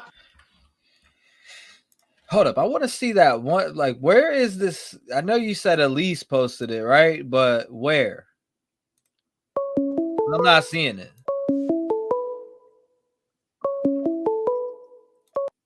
$520. You came through the door. What's going on? You live? T-REV, it's Gannon again. What's going on, bro? Laughing Stock. Listen, the Glarer has that document posted on his channel regarding BK and representing himself. He's highlighted it. So you want to check that on. It's the Glarer. Glarer. I'm gonna check. You said it's on the community tab? I think so, yeah. If you want to bring that up on your screen, I keep typing it in. I thought I'd just call. Yeah, I'm looking right now. Okay. You got it? Yeah, I do actually. Okay. So it says this court should permit Mr. Brian Kohlberger to what? I need to click into that. To defend himself rather than require the respondents to do so by proxy. Yeah. I don't think I agree with the caller. Put a gag order on Banfield. He usually posts things that he calls out. Let's see. What did he write? Since we've all given Mr. Kohlberger a taste of stardom, I guess he likes it so much he decided to make the courtroom his performance stage by representing himself. Shocker. Edit. Read more. The highlighted passage of this document does not confirm that Brian Kohlberger is letting go of his counsel and representing himself in trial. Rather, that he is merely wanting to represent himself on the issue that pertains to the gag order. So you see how quickly that was misinformed? Yeah. It was misinformed quick, wasn't it? We just everybody's got to take some time to stop and think about it before they send it out. Kind of like what you were saying about JLR and Dylan White, which was one of the two guys that they said did it before they found Kohlberger in Pennsylvania. Right. Remember? Okay. So yeah, everybody jumps. It's like there's no competition to get them. I guess there is the competition to get the information out, but you have to take time to really, digest it and properly, vet the information and then send it out so that you've proofed your work. And even the PCA there was all kinds of misspellings and misinformation. They said Queen Road was King Road. It was like, hello, I'm trying to communicate here, aren't we? Anyways. That's a good point, though. That's a very good point. It is what it is. Okay, I'll let you go. Debunked. I just want you to have that document. All right. I appreciate it. Thank you, Laughing Stock. I appreciate you calling that in too. Yeah. Ciao. God bless you, brother. Shout out to Laughing Stock. For getting that truth out. Laughing Stock, he was like, man, I got to get this truth out. I got to get it out there. Let's see. Debunked again, T. Can he even legally represent himself anyhow? I know they said Ann is certified for DP cases. Regular people are not. People are racing to those documents right now, boy. I'm telling you. Oh man, I can make a clickbait off this. www.createcontent.com. 804, you're in the door. What's going on? Hey, T-REV, it's Holly. How are you? I'm good. How about yourself? I'm doing pretty good. I've been listening. I've been driving, and I have a goat in my car. So if you hear anything strange, it's okay. But I wanted to just touch on the caller before, I guess, and a few tonight about things kind of getting out of control and rumors starting and spiraling. There's been a lot of stuff this week, I'm sure you know, that's come out that is just, it's doing nothing but help the defense in the long run. We want to make sure that he gets a fair trial. Did you say you had a goat in the car?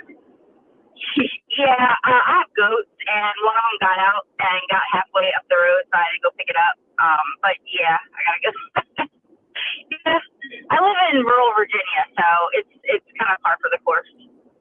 Oh, okay. No, all right, you can continue. My bad. I thought you said ghost. I thought you were just joking. Oh, no. Like a back goat. Like an old baby goat.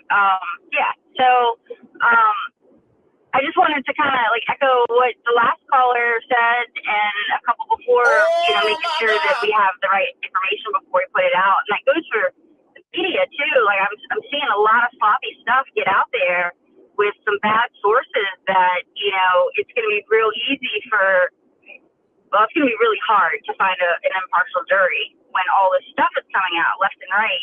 So-and-so did this, so-and-so did this. I mean, you can't say, Enon, he might be weird, but you can't, convict him in the court of public opinion because he's a weird dude, I got to go in my car. I'm weird. So, but the reason I called is I'm Blood Spatter Girl on Discord, and I have some stuff to send you, but I wanted to kind of stay anonymous, but that's kind of not why I'm calling. I wanted to just kind of take 2 minutes and explain the touch DNA. I know I've gone over the blood spatter before, but there's 3 types of main evidence that prosecutors generally introduce into the evidence pool. And there's relevant evidence, which would be testimony, witness statements, et cetera, et cetera. There's direct or real evidence, which is an actual fingerprint or the murder weapon, something tangible, physical, is real direct evidence. And then there's circumstantial evidence. And touch DNA actually falls under circumstantial evidence because it's not blood, sweat, saliva. Generally, it's usually tissues or a single cell, dandruff, sweat, things like that wouldn't come from inside of your body. So there's actually a lot of, unfortunately, a lot of people call it junk science. There are a lot of courts that have actually struck down touch DNA. They actually prefer people to call it trace DNA because it doesn't sound as junky, I guess. But I just wanted to give a little bit of insight into the type of DNA they likely found. Now, we don't know what's in the affidavit. We know what's in the affidavit. The affidavit was absolutely enough to arrest him. Now, if they found additional, real evidence to link him, to the crimes with the search warrant on his office and car and house and all that stuff, then, very likely that this is the guy, he did it, he's going to be convicted. But based on that touch DNA alone, it's not as strong as a lot of people would think.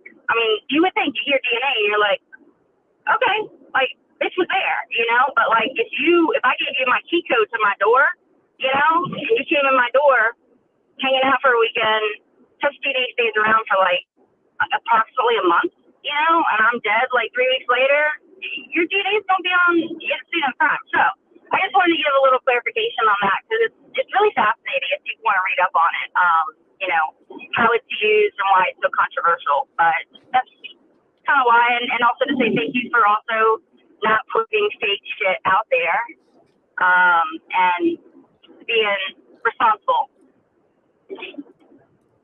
Yeah, that was interesting. So you don't. Yeah, I don't.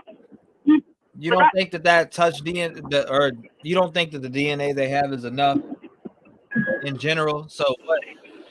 I don't know. So- It's like, what else? What I know that they would use like shit off his hard drives and all different stuff, all different types of stuff like that.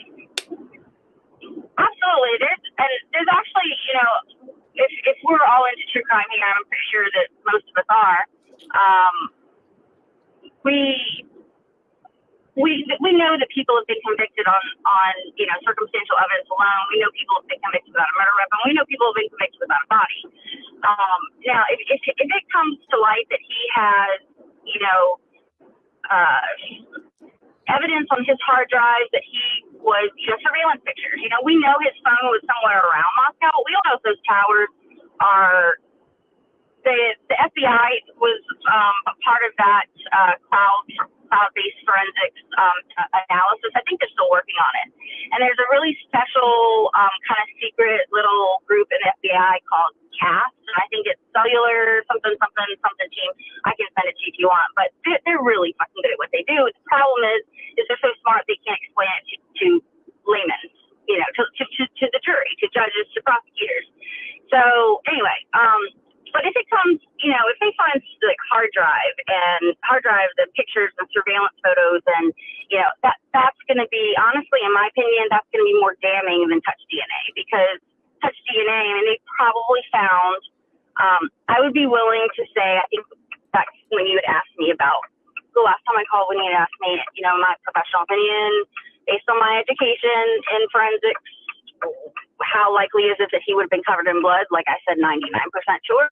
I would be 99% sure that the touch DNA they found on that's in the probable cause affidavit was not one of the three main, you know, DNA identifiers, like coming from blood, sweat, saliva, like liquids, bodily fluids, biological evidence. I would say it was almost, you know, skin cells from a finger.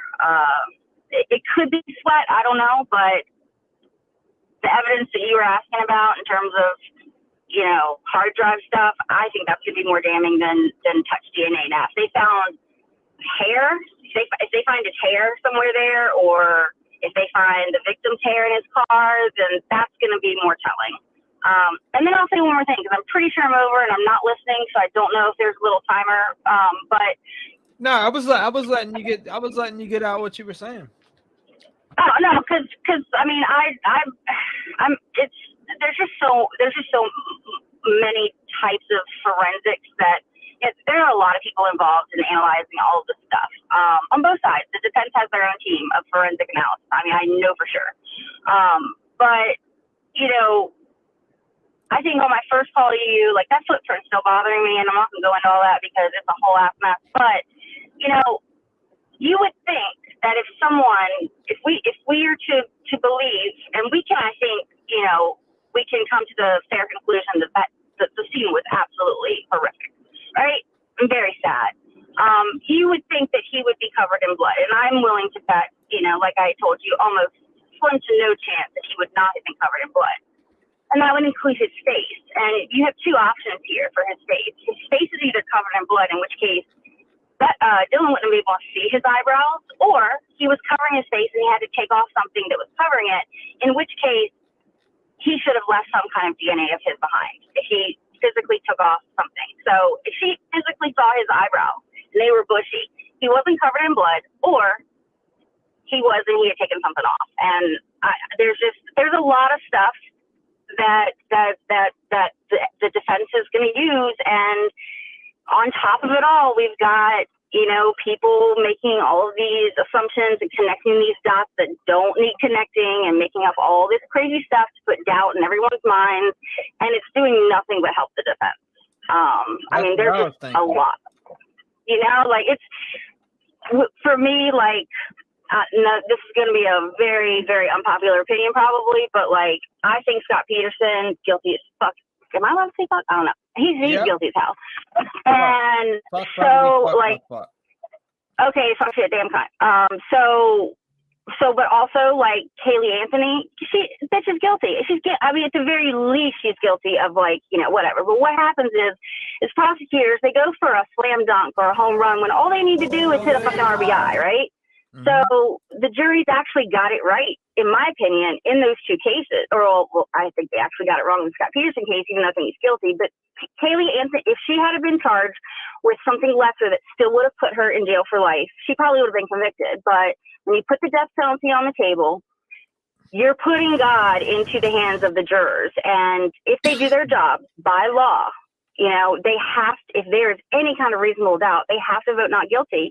And if they do that, because of all these rumors that are going out on the different, I mean, I think we all know who we're talking about. There's like 3 main channels that are just kind of like, just putting stuff in people's heads. And I go on Reddit and I go on Web Sleuth, and I go all these places, and it's just getting out of control to the point where, honestly, if I walked in and didn't know anything about this case, I'd be like, dude's innocent. But people are like, he is guilty. They have made up their minds that he is guilty. And you know what? He very well probably is. But we have to use the law to our advantage, because he can cry foul on a fair trial. He can cry foul on impartial jury or partial jury, et cetera, et cetera, et cetera. It gets appealed, and then he's free. And then we're back to square one with someone that's dangerous out in the street. So anyway, I know that turned into a rant, but I wanted to really just call it a talk on the touch DNA and how it's really, really actually not that big of a deal that they found that. Because it was one place they found it. So that's all. I wanted to chat. It's been a minute, and I hope you're feeling better. Yeah, and I'm not looking at the comments, so I don't know if people had questions, but yeah, that's all I really had. I don't want to tie the lines. I know that people want to call in. Well, thank you. I appreciate you calling in and actually letting people know about the touch DNA, etc. But I do feel like there's stuff we're not seeing, there's stuff we're not seeing that would change a lot of people's minds and, what they believe and what they don't believe. But unfortunately, that's not going to come about until damn near trial time. Absolutely. And the problem with the gag order, I understand why it's in place, but the problem with it is that there are people out there like you, and I would say myself and most of your followers as well, most of your callers, they seem to be, very level-headed, rational, pragmatic thinkers, and they're not jumping the gun. But then you have people that are just like, they feel entitled to know what's going on, so because they're not being told what's going on and they're entitled, they feel like I need to know. Like, no, you don't, bitch. But, they start making things up and connecting dots that don't need to be connected. And then what happens is it just takes off and it doesn't stop, and then it just ripples and ripples, where, let's just be patient and wait. I'm absolutely sure that your last caller was like, yeah, that there were a lot of mistakes, like in the probable cause affidavit. I don't know if they were rushing, I don't know what, but let's take our time here. Let's make sure we got the right guy. It's probably the right guy, but let's make sure he gets the fair trial. I know we don't want a murderer to get a fair trial, but we have to. It's the United States of America.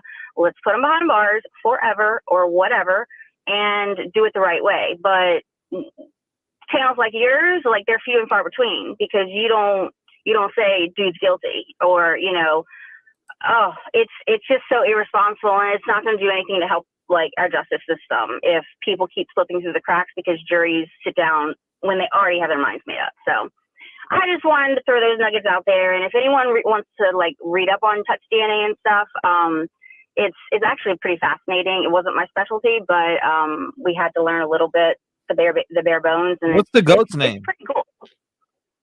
I have 3. This one is Iggy. I had Ruth Iggy from Fried Green Tomatoes. Ruth died, just like in the fucking movie. And then I have Grady and Sipsy. So I have a Nigerian dwarf, I have a full boar, and then I have a Kiko boar mix. And he's kind of like a horse, and so he's an asshole and gets out all the time. He breaks out of his pen, and I have to go get him, which is yeah. But he's sleeping around, so yeah. I'll put some pictures in the Discord of them because they're absolutely awful. But they're pets. I rescue them. it's goat moms. They don't want to be moms sometimes, and they just reject their kids. And so the goat lady calls me and is like, "Hey, do you want a goat?" I'm like, "Sure, whatever." They keep my yard clean. So anyway, but yeah, I'll see y'all in Discord, and I'm hope you're feeling better. I hope your grandma's doing well, and I will try to call in if there's anything else that I can think of. But I won't tie up any more of your time, and y'all have a good night. Thank you. I appreciate you. God bless you. Lock your doors and drive safe. Oh, I locked my doors, and I got a gun in every room, so I'm good. But thank you. No doubt. You stay safe. I'll hear from you soon. All right. God See you bless. later. Thank Take you. care. So shout out to her.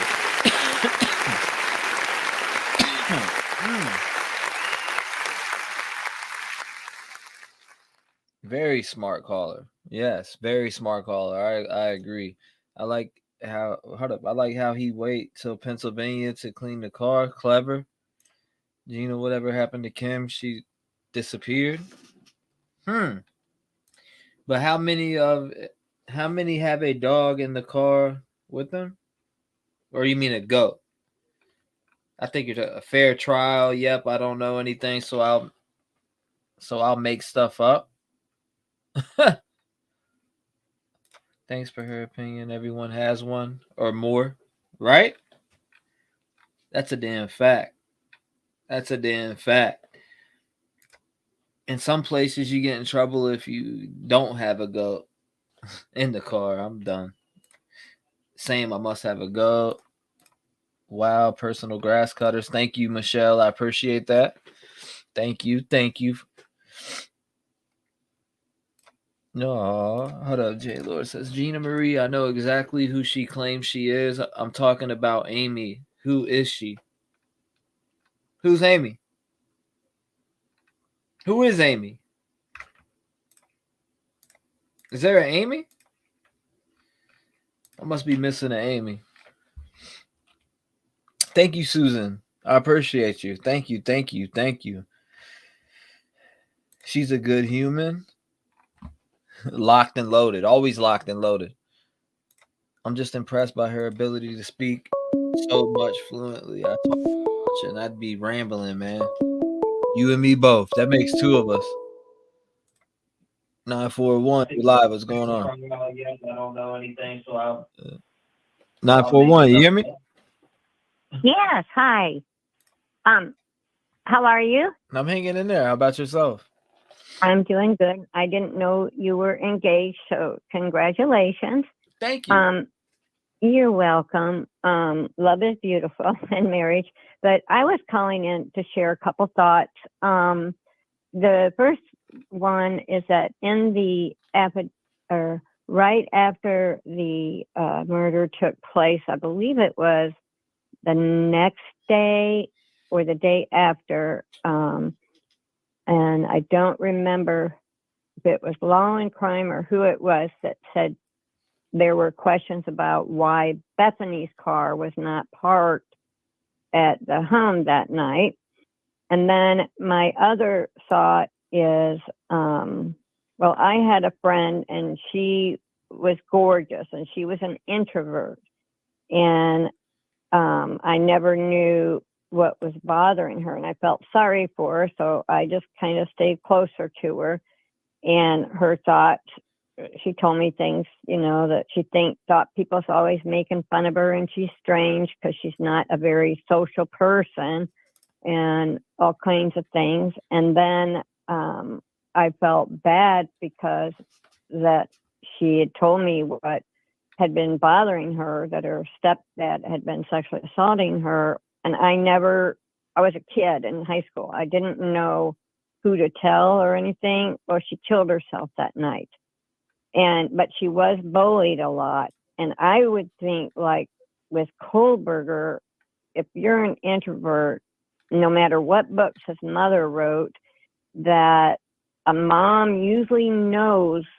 I do. My kids are in their 40s, and I can tell if something's bothering them just by talking with them on the phone. I live out here in Florida, and they're in Illinois, but they come out and visit. And you can tell when your child, no matter what age, something's really bothering them. you know, if did he ever open up to his parents about the bullying, you know, or any of that. But my thing is that even in the affidavit, does not say that he said to the police, "Am I the only one arrested?" So Right. there's no proof on that. And also, I'm wondering, Kaylee's boyfriend always would answer the phone when she called. He wouldn't wait all these long periods. Right. And why, you know, okay, so the police talked to him. What was his reason? Okay, why he never answered the call? Where was he? You know, or if he would text her at night, even late in the morning like that. And then I wonder about the police so soon cutting people loose. Can they, before they cut people loose, sometimes they take lie detectives, you know, or their DNA before they say, okay, you're not involved. And then the DNA that they found through some type of site that went back to Brian's dad, I don't think that's right, but you know, that that's proof. But what I'm asking is, did they take a swab of Kohlberger, you know, from his mouth and that, to see if it, you know, matches the knife or anything that has been found? And another thing I wanted to ask, can they keep things with the, not the defense, but the other lawyers, the police, can they leave things out of an affidavit to give to the defense lawyer so they don't, that defense lawyer doesn't even know what they're going to really fight against if they don't have all the stuff that the police have? And as a police officer, if I was, I would want to continue the investigation, even though it's probable cause on Kohlberger. I would still want to I wouldn't stop the investigation. I'd still go on by other leads. You know, we can't always just take what someone says to us within a 24-hour period. Okay, you're clear. Okay, you're clear. You know, what proof do they have to show that they're clear instead of everybody? And I've never seen a murder, you know, like this or any other one where they have already kind of know who the person is and got the warrant, you know, to search Kohlberger's place before they even arrested him. How I've never heard of that before, you know. And then I think, you know, people, you know, jumping, you know, to the mother. I'm not defending anybody, okay?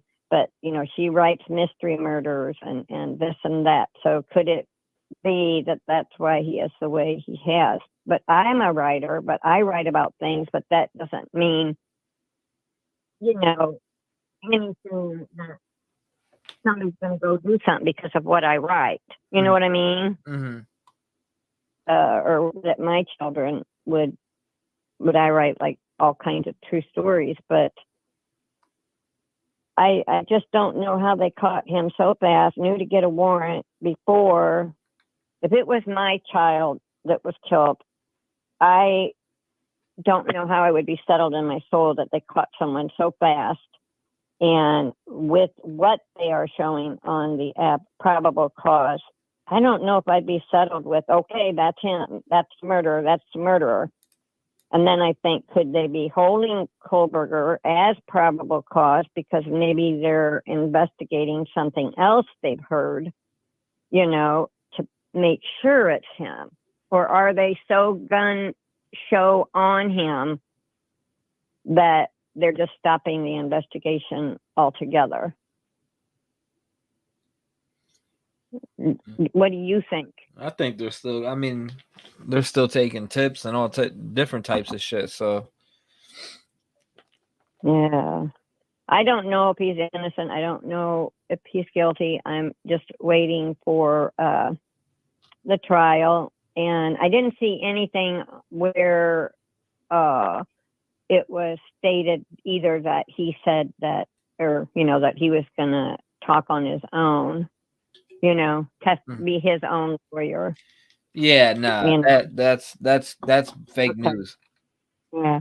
Now, where he did he ever, when he applied, you know, to work, isn't the police station or the ones that ride around real close to behind the house where you have to go? What is that there? The station.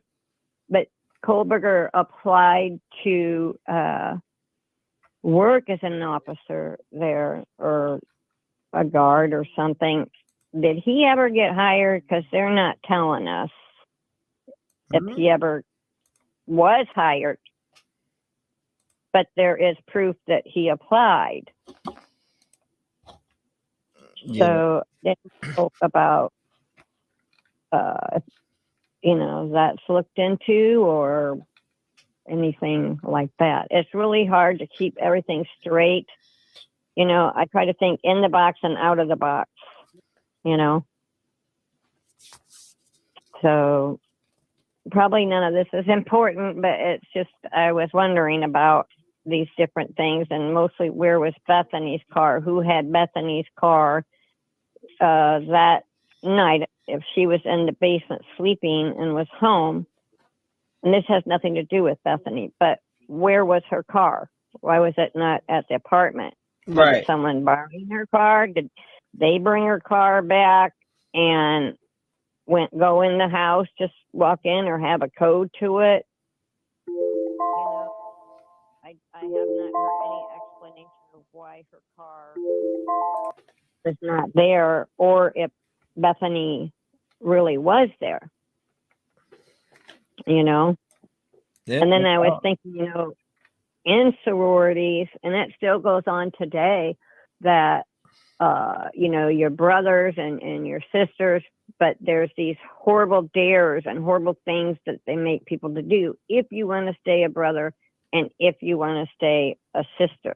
And that's usually the lead kings or the lead queen of the sorority.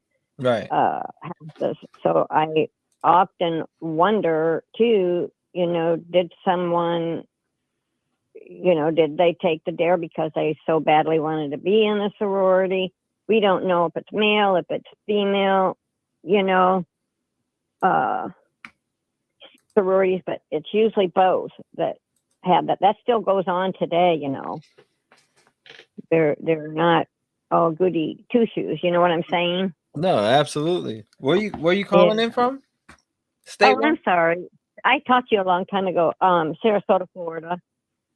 Oh, Florida. Oh yeah. Last I heard Yeah, the news about But I'm 63. I'm 63 years old. But I went to college, but never in a sorority. But I lived in a small community, and the officers we had, like, you know, you would hear, I had a relative that was, her boyfriend would choke her out during sex, you know. Well, then it ended up that the neighbors heard all this noise one night in a party, and my first cousin's daughter was never suicidal.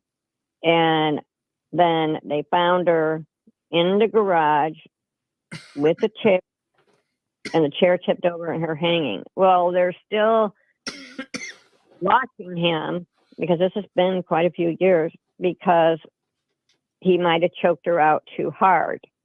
But they didn't arrest him because they didn't really have proof. They just know that's what went on. Right. You know? So I know that didn't have anything to do with Kohlberger, but I mean, they're still watching him. They don't say, okay, this is a case, it's over and done. You know? I just think there should have been more. I don't know how you would how they would know before they had the sheath, or if they had the sheath and everything, how you can go get a warrant on someone's house and before you even arrest them, and then go do the warrant, do the searching. I have never heard of that in my life. Is that what they do? Like if I went over to a garage sale and I had my fingerprints, on the items that I picked up, that I was the last one to pick them up, and I decided not to buy them. Yeah. And then later that person gets killed. Okay. And they go to check a glass that my DNA in it is on, but I picked it up at the garage sale, but yet I'd be committed and I'm being charged with the murder. That'd be pretty damn scary. But I didn't know if, someone showed Kohlberger that I don't like the way they found the DNA on the sheath through, what was it, like an ancestry thing? Or what was that? They found his dad's, that it belonged to his dad? Yeah, the DNA Yeah. off of the snap of the sheath. Yes, it Yeah, matched back. It matched back to him. Yeah. It came back as a hit. So I mean, I don't know. Yeah, and I've never heard you could do that. Probably just like Ancestor.com, or that place you can send your DNA and you can find all the people related to you. Are there relatives around that place that are related to Kohlberger? Or I don't know. What around in Pullman? Well, or in Washington, where No. the father. Hell no. Not that I heard of. No, absolutely Yeah. not. Do you know if they took blood from, DNA from his mouth, the swabs, and when they come up with that in the lab? Okay. Nah, they got it. They did garbology at his parents' house when he went to Pennsylvania. Okay, they took it out of his mouth. Okay, and then who? They didn't take it out of his mouth. They took it out of the trash can at his parents' house. Okay, well, see, shouldn't they still take it out of his mouth? I'm sure they probably have. Maybe since then. Yeah. See, I'm not sure, but I would think they would. I mean, Yeah. Well, I hope so, because I didn't see anything about that. Everything's gagged right now, so you're not really gonna get much information. But I appreciate you. I do appreciate you calling in. I'm gonna give some other people. Well, you're welcome, and I'm just gonna wait till the trial. And if you get married soon, congratulations, and make it last forever. Yes, ma'am. Thank you so much. God bless you, and thank you for having a voice in the community. And you be safe and lock your doors. You're welcome, and I really like your show. I watch it a lot. Thank you, So ma'am. thank I you so appreciate much. you. Okay, God bless you. God bless. Later. Bye-bye.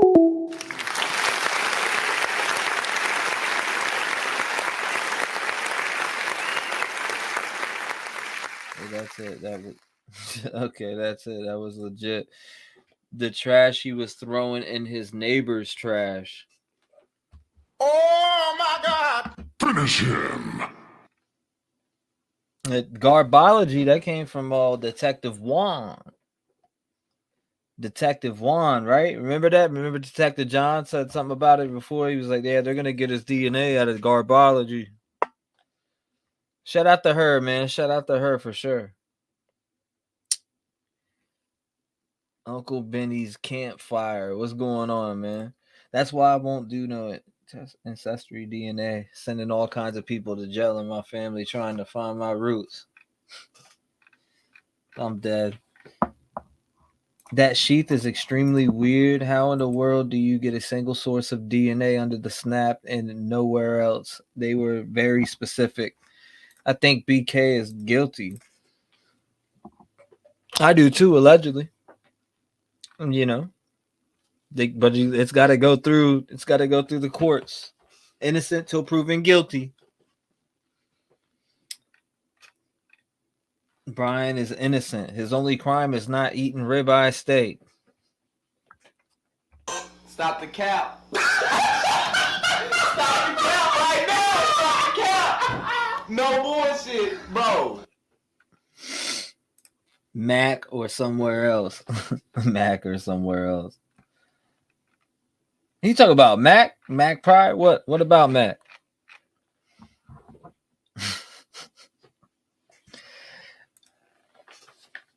Y'all are dead.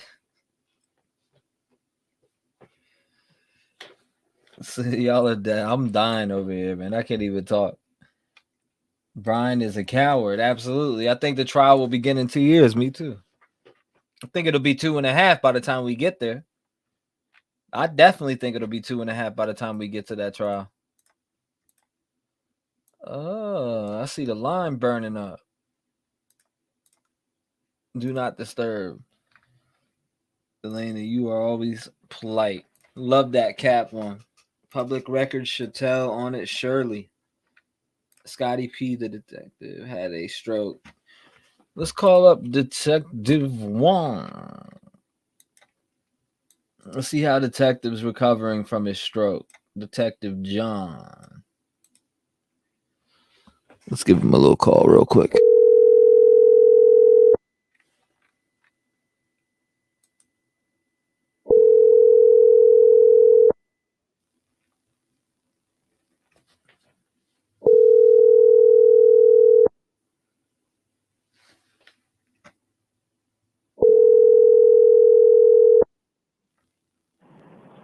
Hello. Nothing. I can't understand why they needed his dad's DNA if BK had done an ancestry test. Remember his friend neighbor that was interviewed talking about that? The sheep was cleaned very well prior to the murders, and the DNA was either a tiny speck missed by BK or somehow placed there to frame him. Either way, it was intentionally left. Stroke? No, yeah, Detective John had a stroke, so.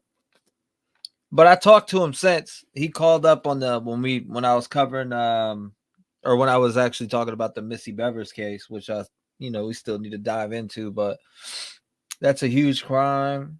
DNA can be taken at arrest. Doesn't need a conviction in order to get DNA Supreme Court ruled out this back in 2013. Yes, turd. I feel weird saying turd. I hope Detective John is okay and recovering well. Prayers. How old is Detective John? 56? 56 years old?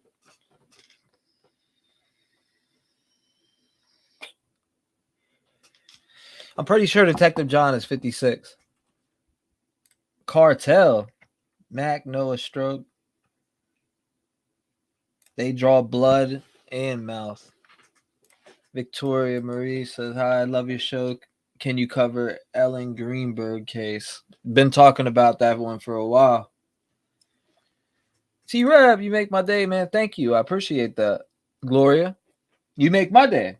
Oh, poor Detective John. I didn't know he had a stroke. Sending hugs. Yeah, he did have a stroke.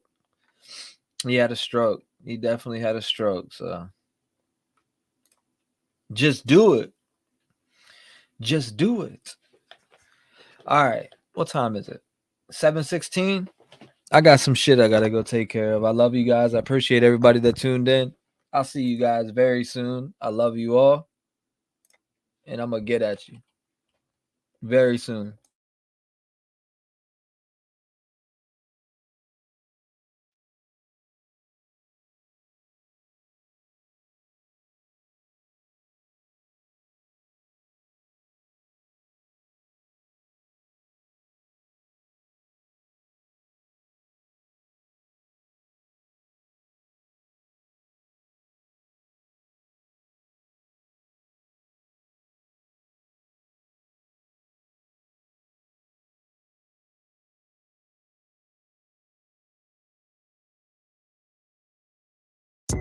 Hi, this is Dave Jackson with YouTube News, and I wanted to report on a few artists here by T-REV. T-REV was calling them out.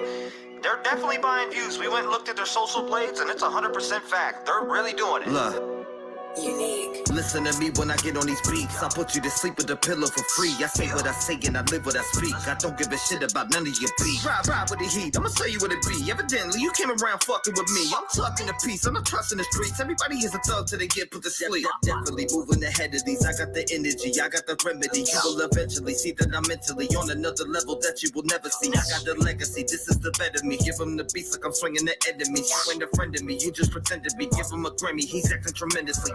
Why you gotta fake shit? Take a hack out, give your ass a facelift. You dumb man still stuck in the basics. One flow and you never really say shit. Don't maybe check your ass out the basement. Me this Timberland boot, I'm in to shake shit. From the streets, I had to hustle just to make it. Flipping packs on the first is when we pay rent. What you know about it? At 13, I was taught how to make sense. You were in school playing with a paint pen. I was on the block really serving many men. By the way, I think you owe me like 50 cents. I am your boss, cause I got the sauce. Hop in my way, then you stick to a dog. You're taking this loss. I'm in the field, snacking this shit like my name anymore. Back at it like a crack addict, gotta jump it like a jack rabbit, cause I'm that savage. If you ever wanna stab at it, take a pass at it. I run the tracks like school, cause I'm fast at it. Vividly sick of your history. I got no sympathy, you live in misery. Lack of consistency, fuck the publicity, exposing your history. You was a bitch of me, come and get rid of me. You don't really wanna try that. Fuck around, you be stuck like a fly trap. Uppercuts make you wiggle from the contact. We ain't from the Bronx, but you know I got a bomb that. Humidity, I got the chemistry. This ain't a trilogy. We got the victory. Fuck all the industry. I'm independently signed to myself, and I got all the infantry. Written ahead of my prime. I really think it's about that time that I take one of these rappers and put them in the back, cause they literally buy views from online. People respect this. I'm gonna neglect it and tell the whole world you're faking your checklist. I'm eating my breakfast. I bet you regret this. Every single one of you gonna regret this, man. You're disconnected from reality, and that's a fact. You need to get back in tune, but it's too late for that. Buying views and bots for clout like it's gonna make a stack. You would really let your tonsils get poked for a couple racks. You're the type to buy 100,000 views and share the news to your people like you're making big moves. Y'all some psycho motherfuckers probably posted by school. I bet you shoot the bitch up to see your face on the news.